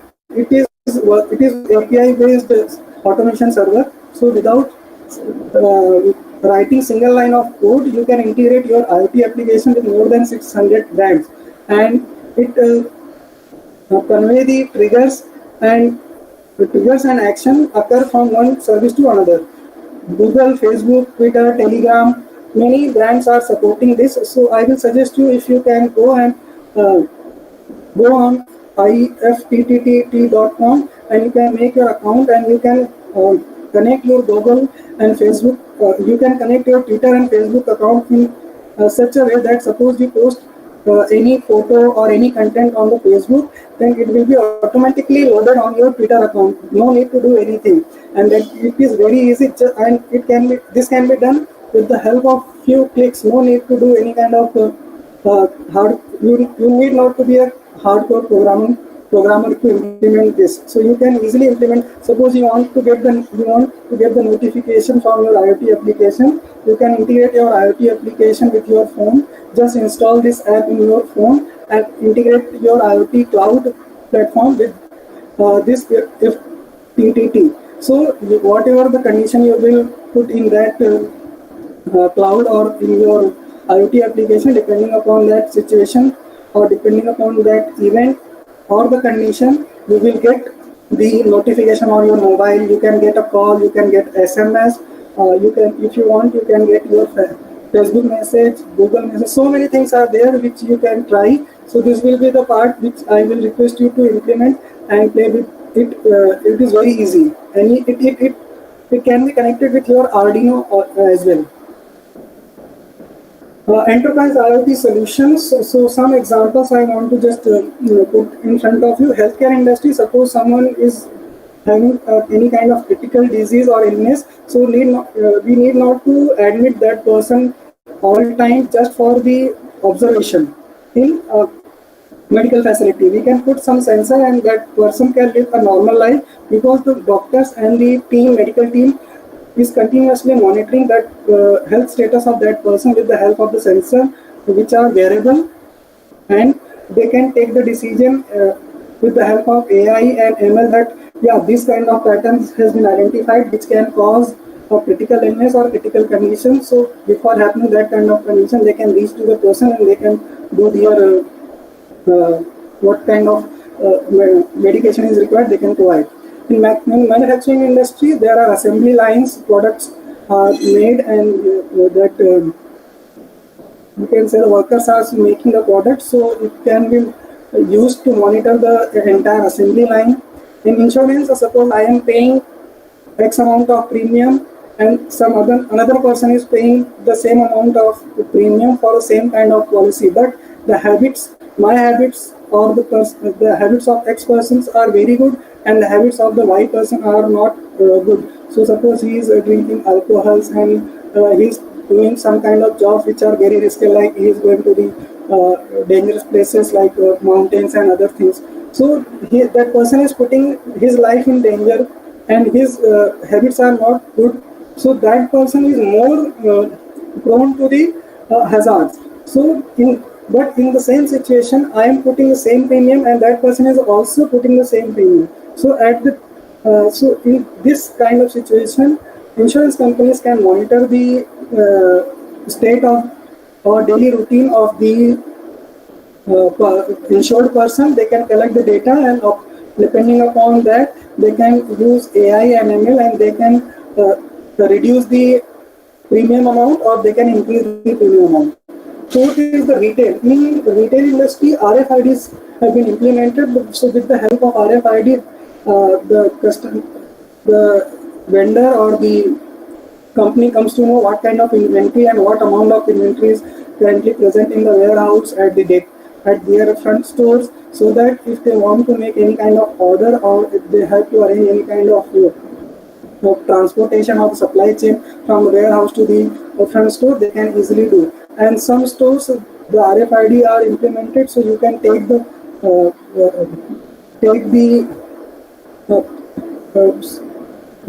packets, and you can go out of the front store, and the sensors are there. The amount for that thing will be detected from your bank directly.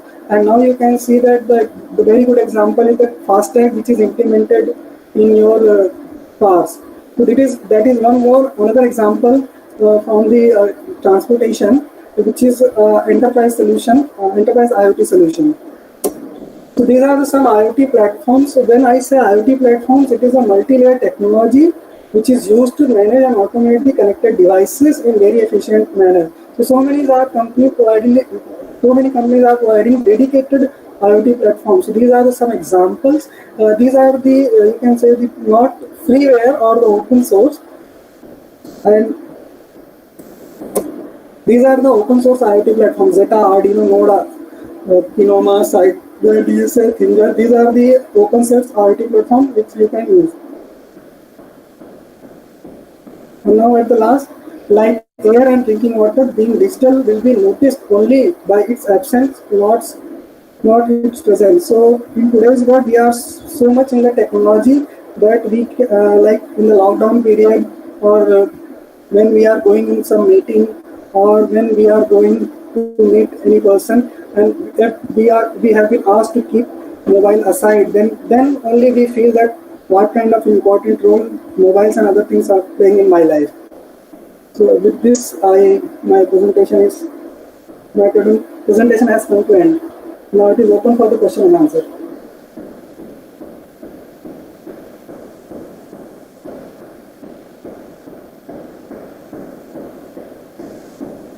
Yeah. Hello, Neela ma'am. Now we can take the questions.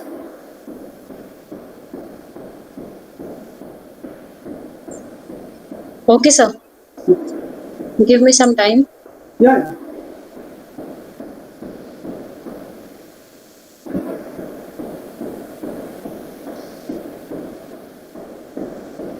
Any questions from the participants?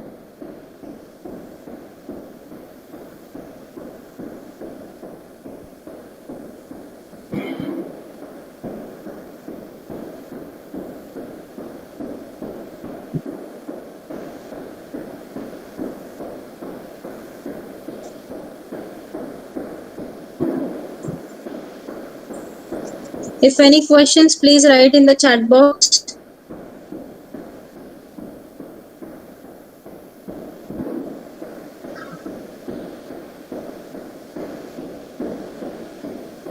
So one question, how can you encrypt the data on cloud and provide security of the data? Okay. See, it depends upon what kind of technology you are using. So you can encrypt your data on the hardware level, means on the storage level, or at the application level. So if your application is having that kind of capability, that your data, whatever you are storing your application, that itself can encrypt, and after the encryption it will store. And second approach is that everything, whether it is on the cloud or any kind of hard disk, it is at the last, or the ultimately it is going to be stored in the form of bits and bytes at the storage level. So there are some softwares which directly encrypt your data, like McAfee is providing that kind of security where you can encrypt your hard disk. So if you have not encrypted your data at application level, your entire hard disk will be encrypted. So that there are different approaches. Whatever you want, you can implement. So the next question is how it deals with active attacks. Okay, active attacks. See, it is very important. You must be able to identify what kind of attacks are there, and who is doing that kind of attack. So for that, you must implement AI, and these are the softwares which I already shown you. They have algorithms to identify the active attacks, and they can prevent it. So one more question, which platform is used on which kind of application? Sorry, I didn't Which get you. platform is used on which kind of application? See, actually, it is not. There are two kind of things. One, that you can use individual platforms like cloud, AI, different applications. You integrate it, and then you use it. Second is that Azure, Google, AWS, these kind of platforms are available. So these kind of platforms you provide you just you can say a raw base.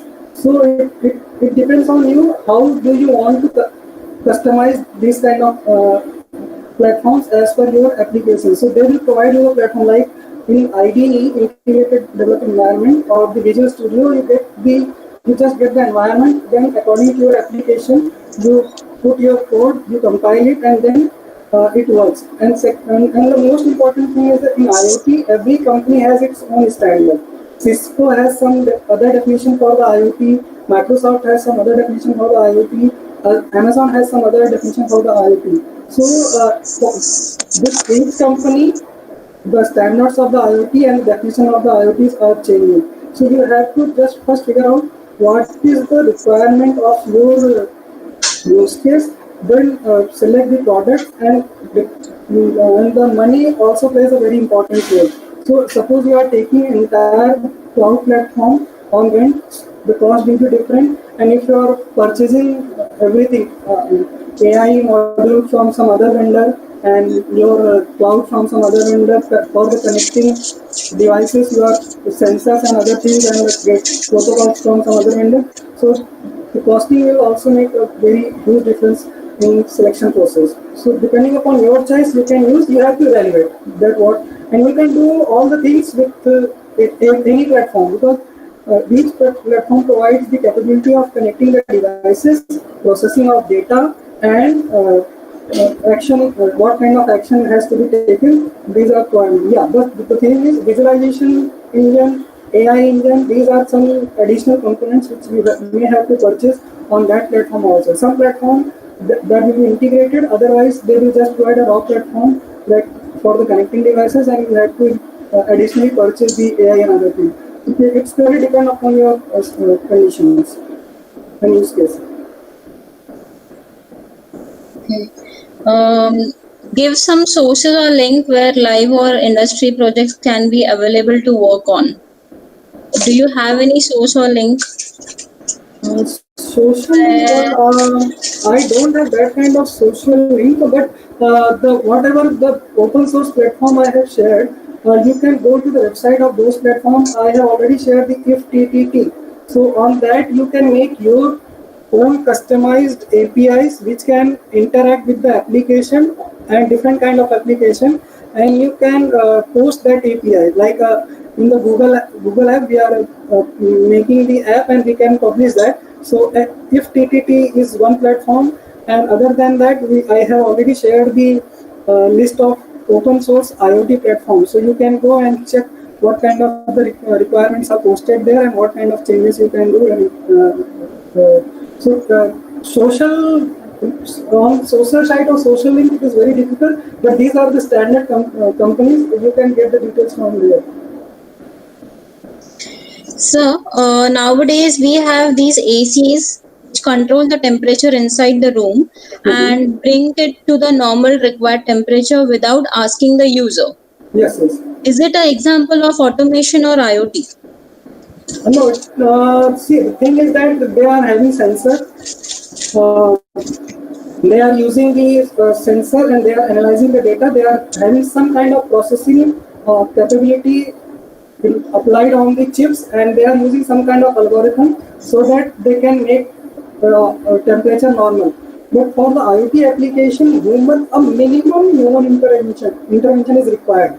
So if any application is there and there is zero human intervention, that doesn't satisfy the condition of IoT application. So if the AC is going to the it is adjusting the temperature, they must have some kind of interface where that person can set or reset the temperature and can override the analysis of the or the decision taken by the AC. Suppose in a cold situation or in the situation where I am suffering from some kind of fever or the cold, in that situation I am traveling to my home, I reach to my home I reach nearby to my home, and then AC will set the temperature so that when I will enter my home, that room is already in the cold situation. But in that kind of situation, I am already suffering from the cold and the fever.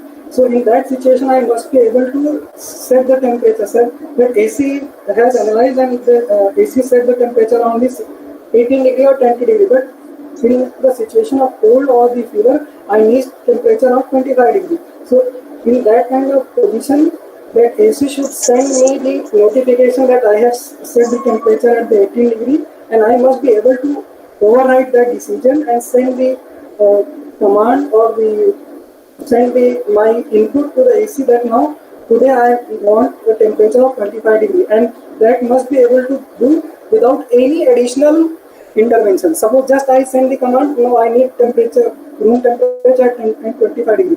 So I should not go and push the knob or select the temperature on AC, or I should not I should not remove AC from normal mode to manual mode. These things should be incorporated in the that the use case.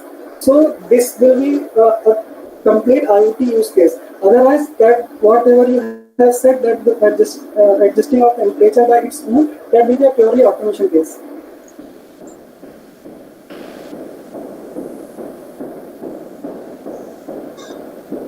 Hello. Yeah, ma'am. Okay, sir. So one more last. You told ki sensors is a subset of.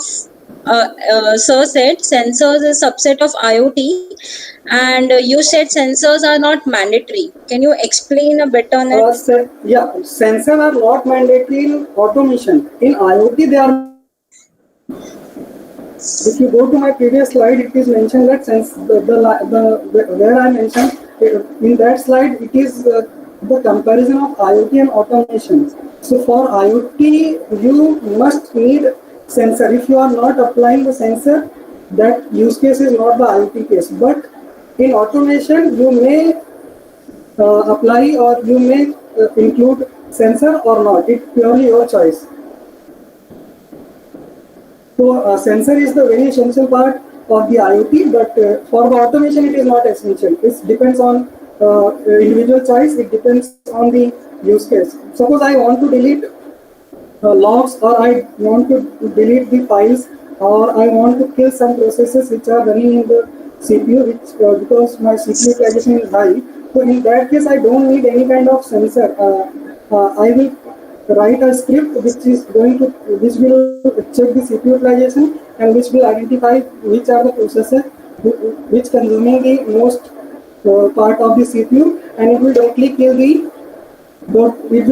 those processes. In this case, we are not using any kind of sensor, but it is a purely automation case.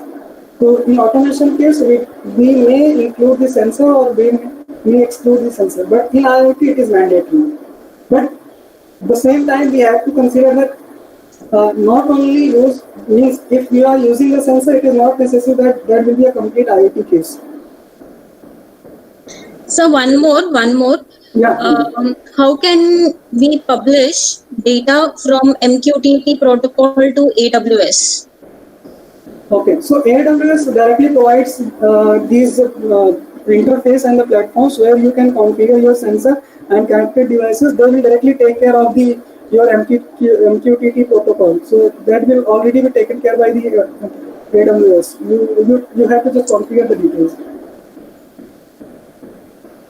Because gateway is for that reason, the work of the task of the gateway is the conversion of one protocol to another protocol. Suppose I am receiving message on my email account or on my WhatsApp. So the person, it is not necessarily the same person who is using WhatsApp on other end is using the same device, same OS which I am using. So his application may be iOS, means Apple based, and I am using Android. So the working of the Android and the working of the Apple iOS is different. The encoding used in the IBM system and the encoding used in the Windows system are completely different. But at the gateway level or the gateway layer, these are converted vice versa as per the requirement. Okay, sir, we will end the session here. So thank you so much for the very informative session, and you have explained so well. Thank you, sir. There is one announcement for participants. We will be opening our feedback links at 3 o'clock, and it will get over by 3:30. So all the participants are requested to fill the feedback forms till 3:30. We will be closing our links at 3:30. Okay. So thank you very Yeah. much. Yeah. Thank you to Universal College and thank you to Neelam ma'am and Sandeep sir for organizing the session and inviting me to present here. Thank you. Thank you, sir.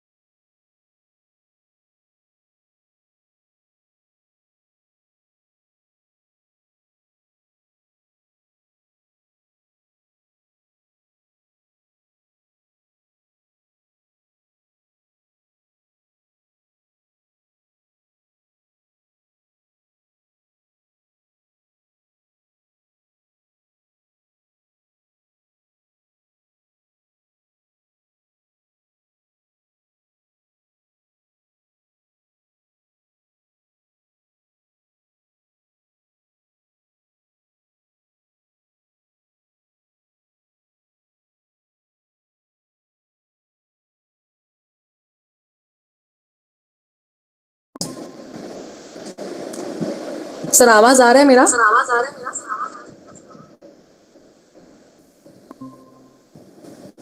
Deepak sir आवाज आ रहा है क्या?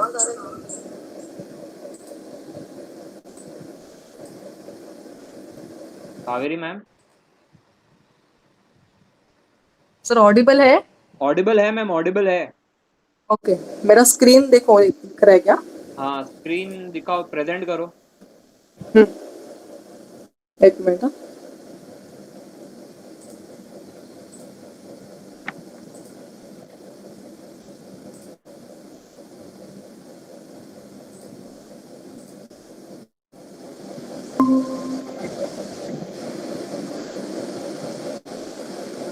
Screen आया ma'am, आया ना?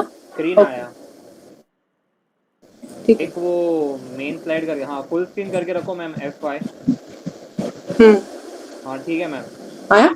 आया आया okay. आया। मैम आपने इंडिया नंबर 1 नहीं लिखा? लिखो क्या? ठीक है, 2:17 हुआ है, 10 मिनट में स्टार्ट करते हैं मैडम। क्या? 10 मिनट में स्टार्ट करते हैं, अभी तक 2:17 ही हुआ है। हाँ चलेगा। ठीक है, हाँ हाँ चलेगा, मैं मेरा 10 कैमरा और एग्जैक्टली वो, 2:30 को स्टार्ट करो। हाँ चलेगा, तो मैं मेरा कैमरा और वो बंद करता हूँ फिर माइक्रोफोन, ठीक है? हाँ चलेगा, ओके बंद मैम, करो। Okay ma'am. 2:30 एग्जैक्ट चालू करो। चलेगा मैम 2:30। उसके पहले एक बार कॉलेज का वीडियो दिखा दूँ क्या, ताकि पब्लिक आ जाए लाइन किस पे? पे सब लोग, क्योंकि अभी लास्ट सेशन हाँ है ना, तो चलेगा। ज़्यादा आएंगे पब्लिक इसलिए। हाँ चलेगा, मेरा आवाज क्लियर है ना? हाँ बस आप किससे बोल रहे हो, हेडफोन से या डायरेक्टली लैपटॉप से, कैसे बोलने वाले हो? हेडफोन से। हेडफोन चलेगा से चलेगा, बोल रही आवाज़ हूँ। क्लियर आ रहा है, डोंट वरी। हाँ ठीक। ठीक है मैम। कॉलेज के नीचे मैम हाँ अपना ठीक। वो यूनिवर्सल का लोगो नहीं है क्या पीपीटी में? डाला नहीं है मैंने, वो अलग ही फॉर्मेट है। ठीक है मैम, चलेगा यूनिवर्सल हाँ। चलेगा चलेगा, not an issue. Okay ma'am, 2:28 okay. को मिलते हैं मैडम, 10 मिनट बाद, ठीक है? हाँ चलेगा। Okay ma'am, yeah bye. Bye.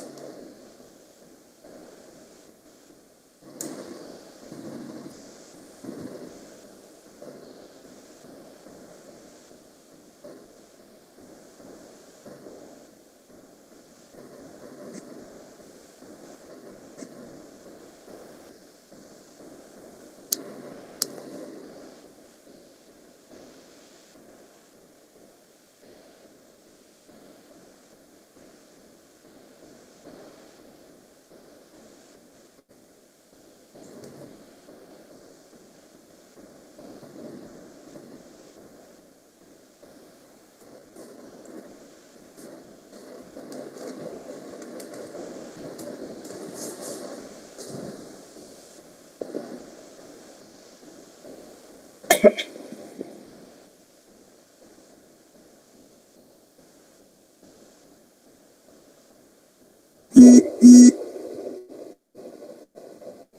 a youngster aspiring to be an engineer, I was always in a quest for the right path.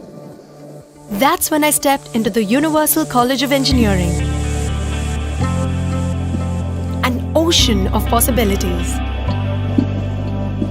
From acquiring the wand to constructing a better world with civil.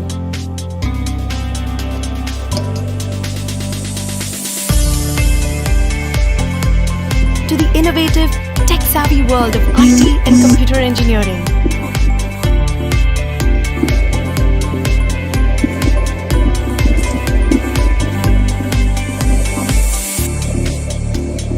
From the elation of designing futuristic solar vehicles to exploring the world of robotics, electronics, and telecommunications. We got to do it all. Life at Universal, from the very beginning, was much more than just syllabi.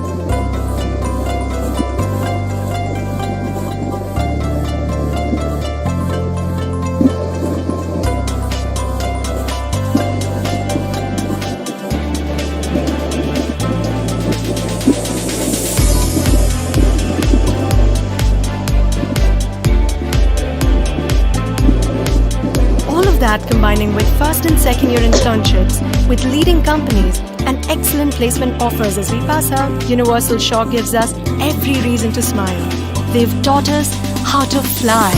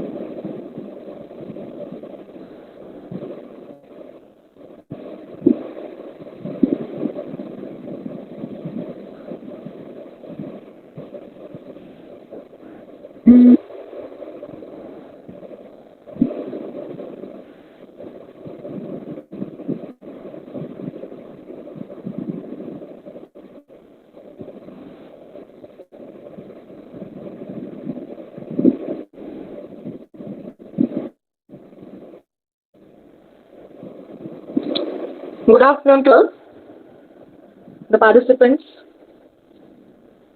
So from yesterday, we had wonderful informative sessions on IoT taken by various experts. And today is the last session wherein we will be looking at COVID-19 projects and IoT, like what role IoT plays in COVID-19, in controlling COVID-19 basically. So let me first introduce myself. I am Kaveri Sawant, HOD of Electronics and Telecommunication Department from Universal College of Engineering. Okay, so moving ahead with the topic, let's see how IoT can help fight the battle. Now the whole world is busy fighting the coronavirus. The death tolls are rising, and the public healthcare officials are concerned over the personal hygiene and measures like social distancing.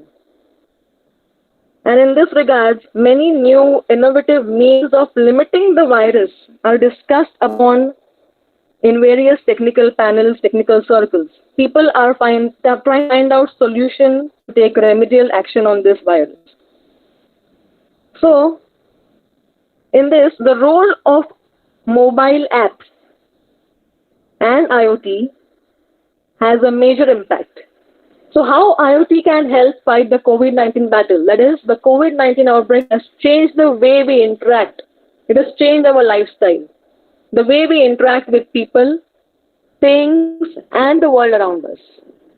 And so in these challenging times, we are constantly thinking about the people who are affected by the virus, the medical care and staff working critically to help all those in need. And so mobile apps, for example, you yourself must have downloaded the app called as Arogya Setu, right? So that app gives us information about the patients in our vicinity, like in our vicinity of 1 kilometers, 500 meters, and so on, right? So we will now see some of the key ways how IoT and mobile apps can play a positive role in stopping the spread of COVID-19.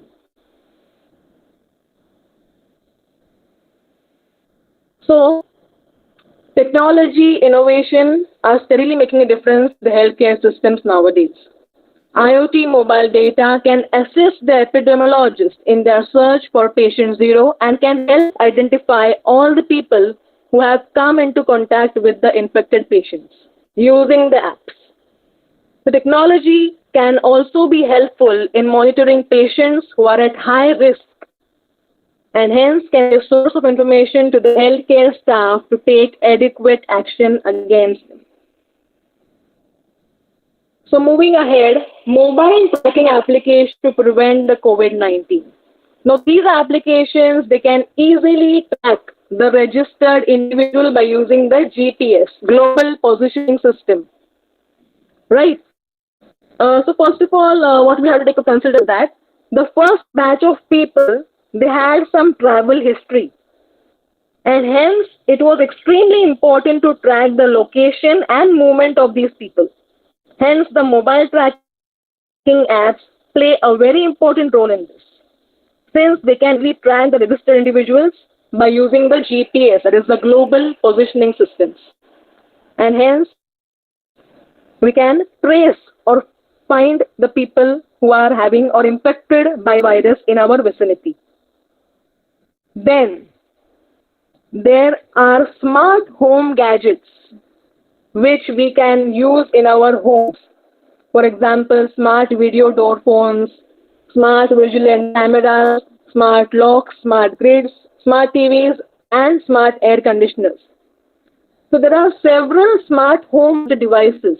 These devices, apart from adding to the convenience at home, can also prevent the users from coming into direct contact with the delivery person. For example, somebody rings your doorbell. Then if you're having a video door phone, you can easily communicate with the person without coming in actual contact with him. Right? So all these devices can be run by contactless voice assistant. For example, we use it in our day-to-day life. Google Assistant, Alexa. So these are devices which will be helpful nowadays. Then moving ahead, after the lockdown is lifted, we will be joining our workplaces, offices, colleges, etc. So what precautions, what precautionary measures we have to take at that time? That is the smart workplace gadgets. So at our workplace or our offices, we need to have these smart devices. For example, is a smart water dispenser and beverage dispensers. Then smart check-in system should be there. Smart access controls and smart facility management. So as I told you, when the lockdown will get open, people will join their jobs, offices, and hence using smart contactless IoT solutions in the office environment, such as smart water, beverage, as I told you, dispensers, smart check-ins, all these have to be used. And this can minimize the individual exposure to physical contact in the workplace. For example, we can say a smart dispenser can be controlled through gestures, through mobile app, or voice command. So there is no actual, we are changing the devices, they can be controlled through gestures or voice commands. This will help preventing the transmission of the infection, disease. So all these precautions we have to take when we join our workplace or offices. Then most importantly is using of IoT for the smart patient care management. Now as we are looking, doctors, the medical staff, they are struggling hard to cure the pandemic. So IoT smart patient care management is very important. So here in IoT can help in the real-time patient tracking data. They can check the body temperatures and upload the information on the cloud supported app. So during this pandemic, the medical IoT ecosystem is locked upon this. For example, in quarantine or isolation facility, the people are quarantined, and so they check their own temperatures of their body and send it on the cloud. So producing real-time patient tracking data on these devices is very important. And so IoT can help many patients to check their temperatures and upload the info on the cloud. And such automation and streamlined process of tracking and gathering data will really reduce the workload of our doctors and all the medical staff, and also prevent them from contacting the COVID-19 or coronavirus. So these is the role played by IoT, and we should use these devices in our day-to-day life. It should now be a part of our lifestyle, right? So this role is played by IoT in all these smart homes, then smart workplace and smart patient care management. Then there are various projects which we can work on. For example, I have listed some of the projects over here. There is a touchless doorbell, tactless thermometer, COVID-19 quick distance measurement, social distancing reminder for virus, touchless timer, smart disinfection sanitization tunnel, touchless hand wash timer, automatic water tap, face mask disinfection device, hands-free soap water tissue dispenser. So these are some basic small projects which can be designed in our day-to-day life to prevent from the pandemic. And Arduino is a platform. Yesterday, Professor Sandeep Dubey, he explained about how do we interface sensors with the Arduino. So there are various small Arduino projects which can be done by ourselves. For example, automatic hand sanitizer is there, non-contact thermometer, touchless hand wash timer, touchless doorbell, automatic water tap, then distance measuring using Arduino. So all these projects can be made to prevent the COVID-19. So as an example, we can see, I'll show you one simulation which you can do it by yourself in the hardware form. For example, in order to prevent the virus, it is told by the government that we have to maintain a distance of 1 meter while we are outside or wherever. A distance of 1 meter has to be maintained by us whenever we are outside. So that project it can be implemented on Arduino. Like it was taught yesterday about how to interface sensors using Arduino, right? So what I'll be showing is we will just see how we will maintain a 1 meter distance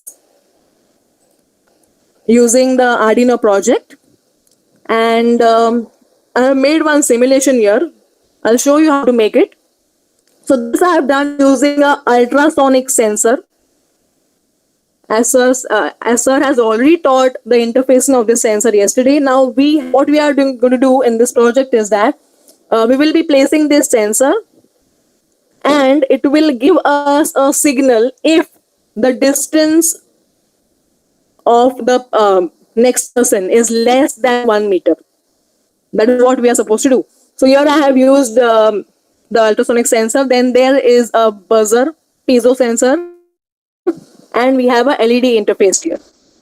So I have already done the coding. I'll show you how to do it right now. And let's start the simulation. Are you able to see? Okay. So I have started the simulation in Tinkercad.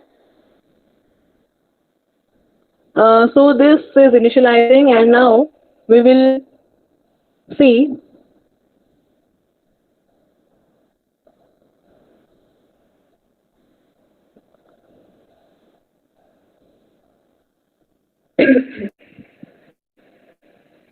Okay.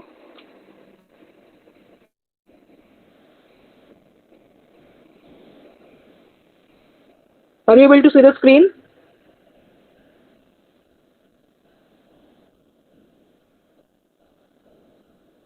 Okay.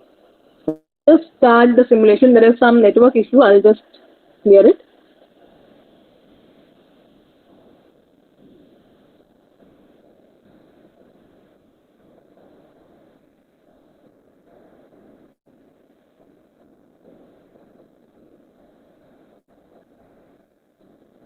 So this can be done by yourself using the hardware. You just need Arduino, you need an ultrasonic sensor, you need LED and one piezo sensor.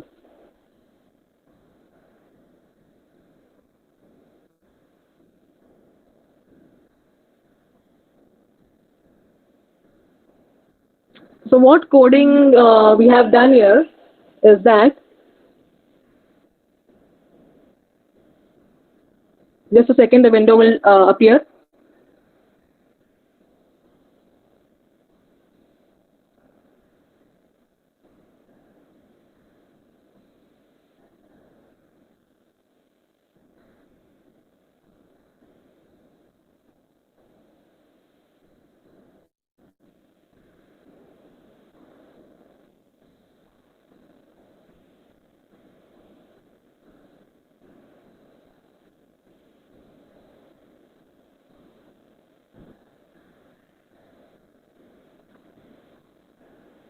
Are you able to see the window?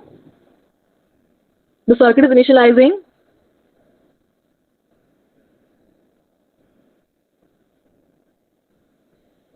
So there are various small devices which we can make, like we all are from the engineering background, and it is possible for us to make devices.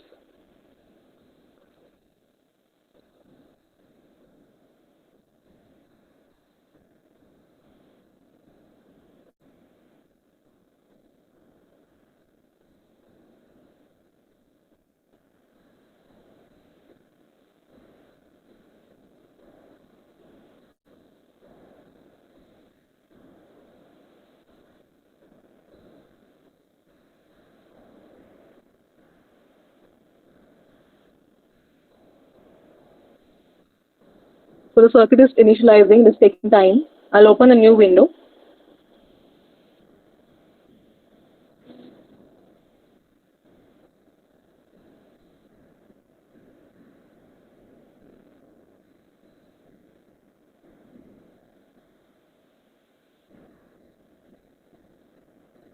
So the window is opening. It is some network issue.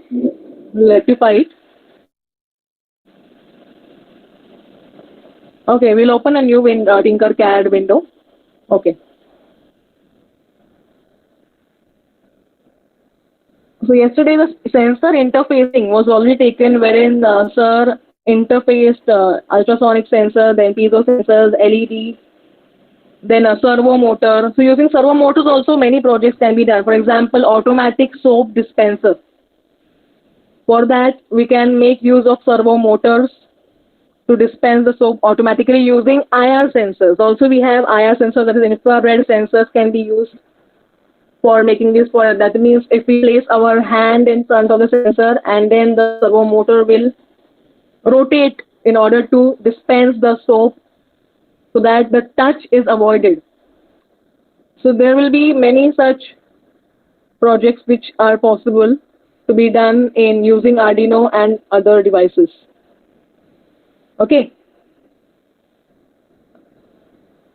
So now we will see how to make the circuit in Tinkercad.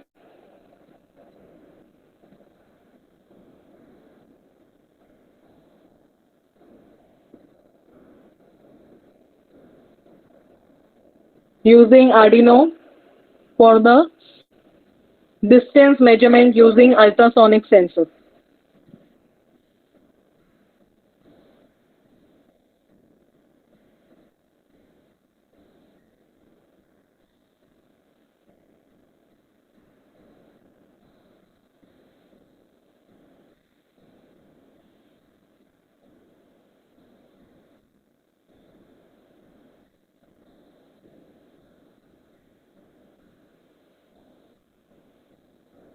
Are you able to see the screen?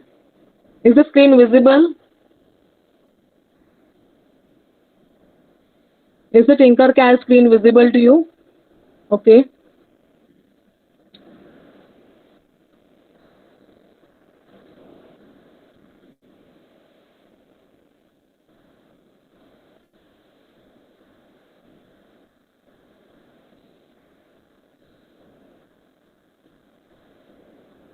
Okay.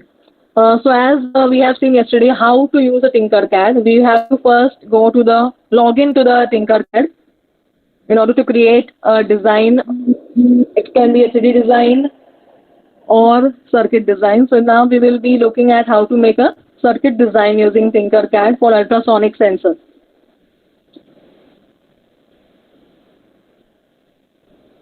So we are opening the Tinkercad here. So what first we have to do is we have to connect Arduino and the ultrasonic sensor interfacing. The network is taking a long time.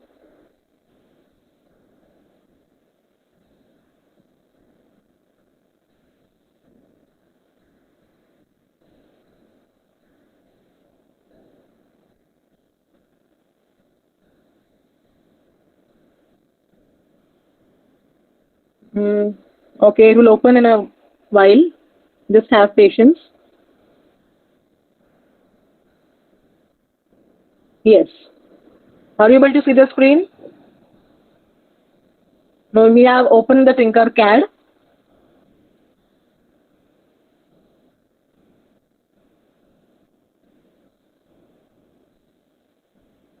And now what we'll do is,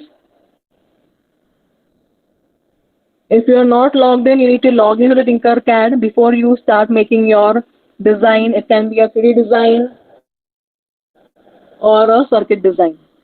So when it opens, just a second.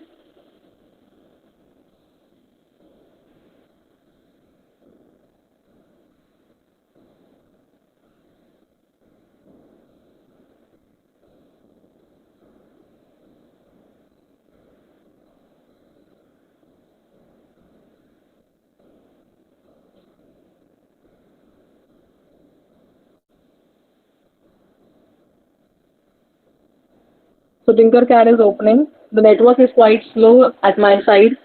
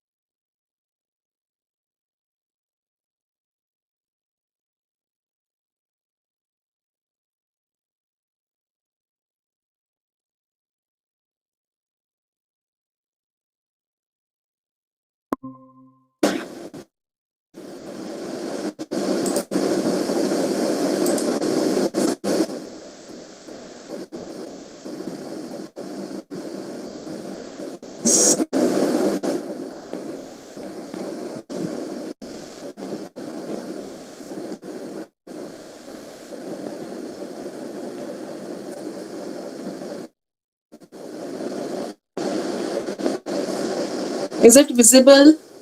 I'm not in a network here. Okay, so participants, thanks for your patience. Today's last session. After this session, we will be sharing you the feedback link.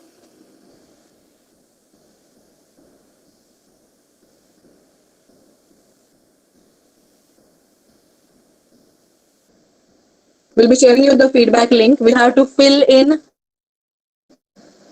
before 3:30. And in this regards, I would like to thank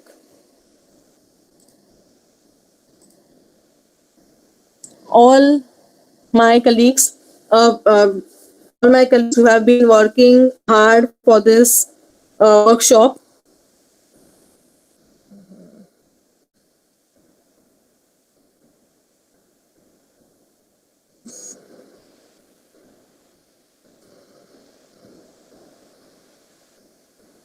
Am I audible? Okay.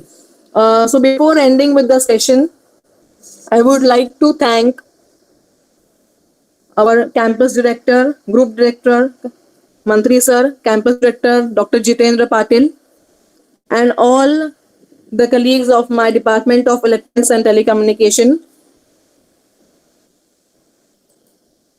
for their cooperation in arranging this workshop.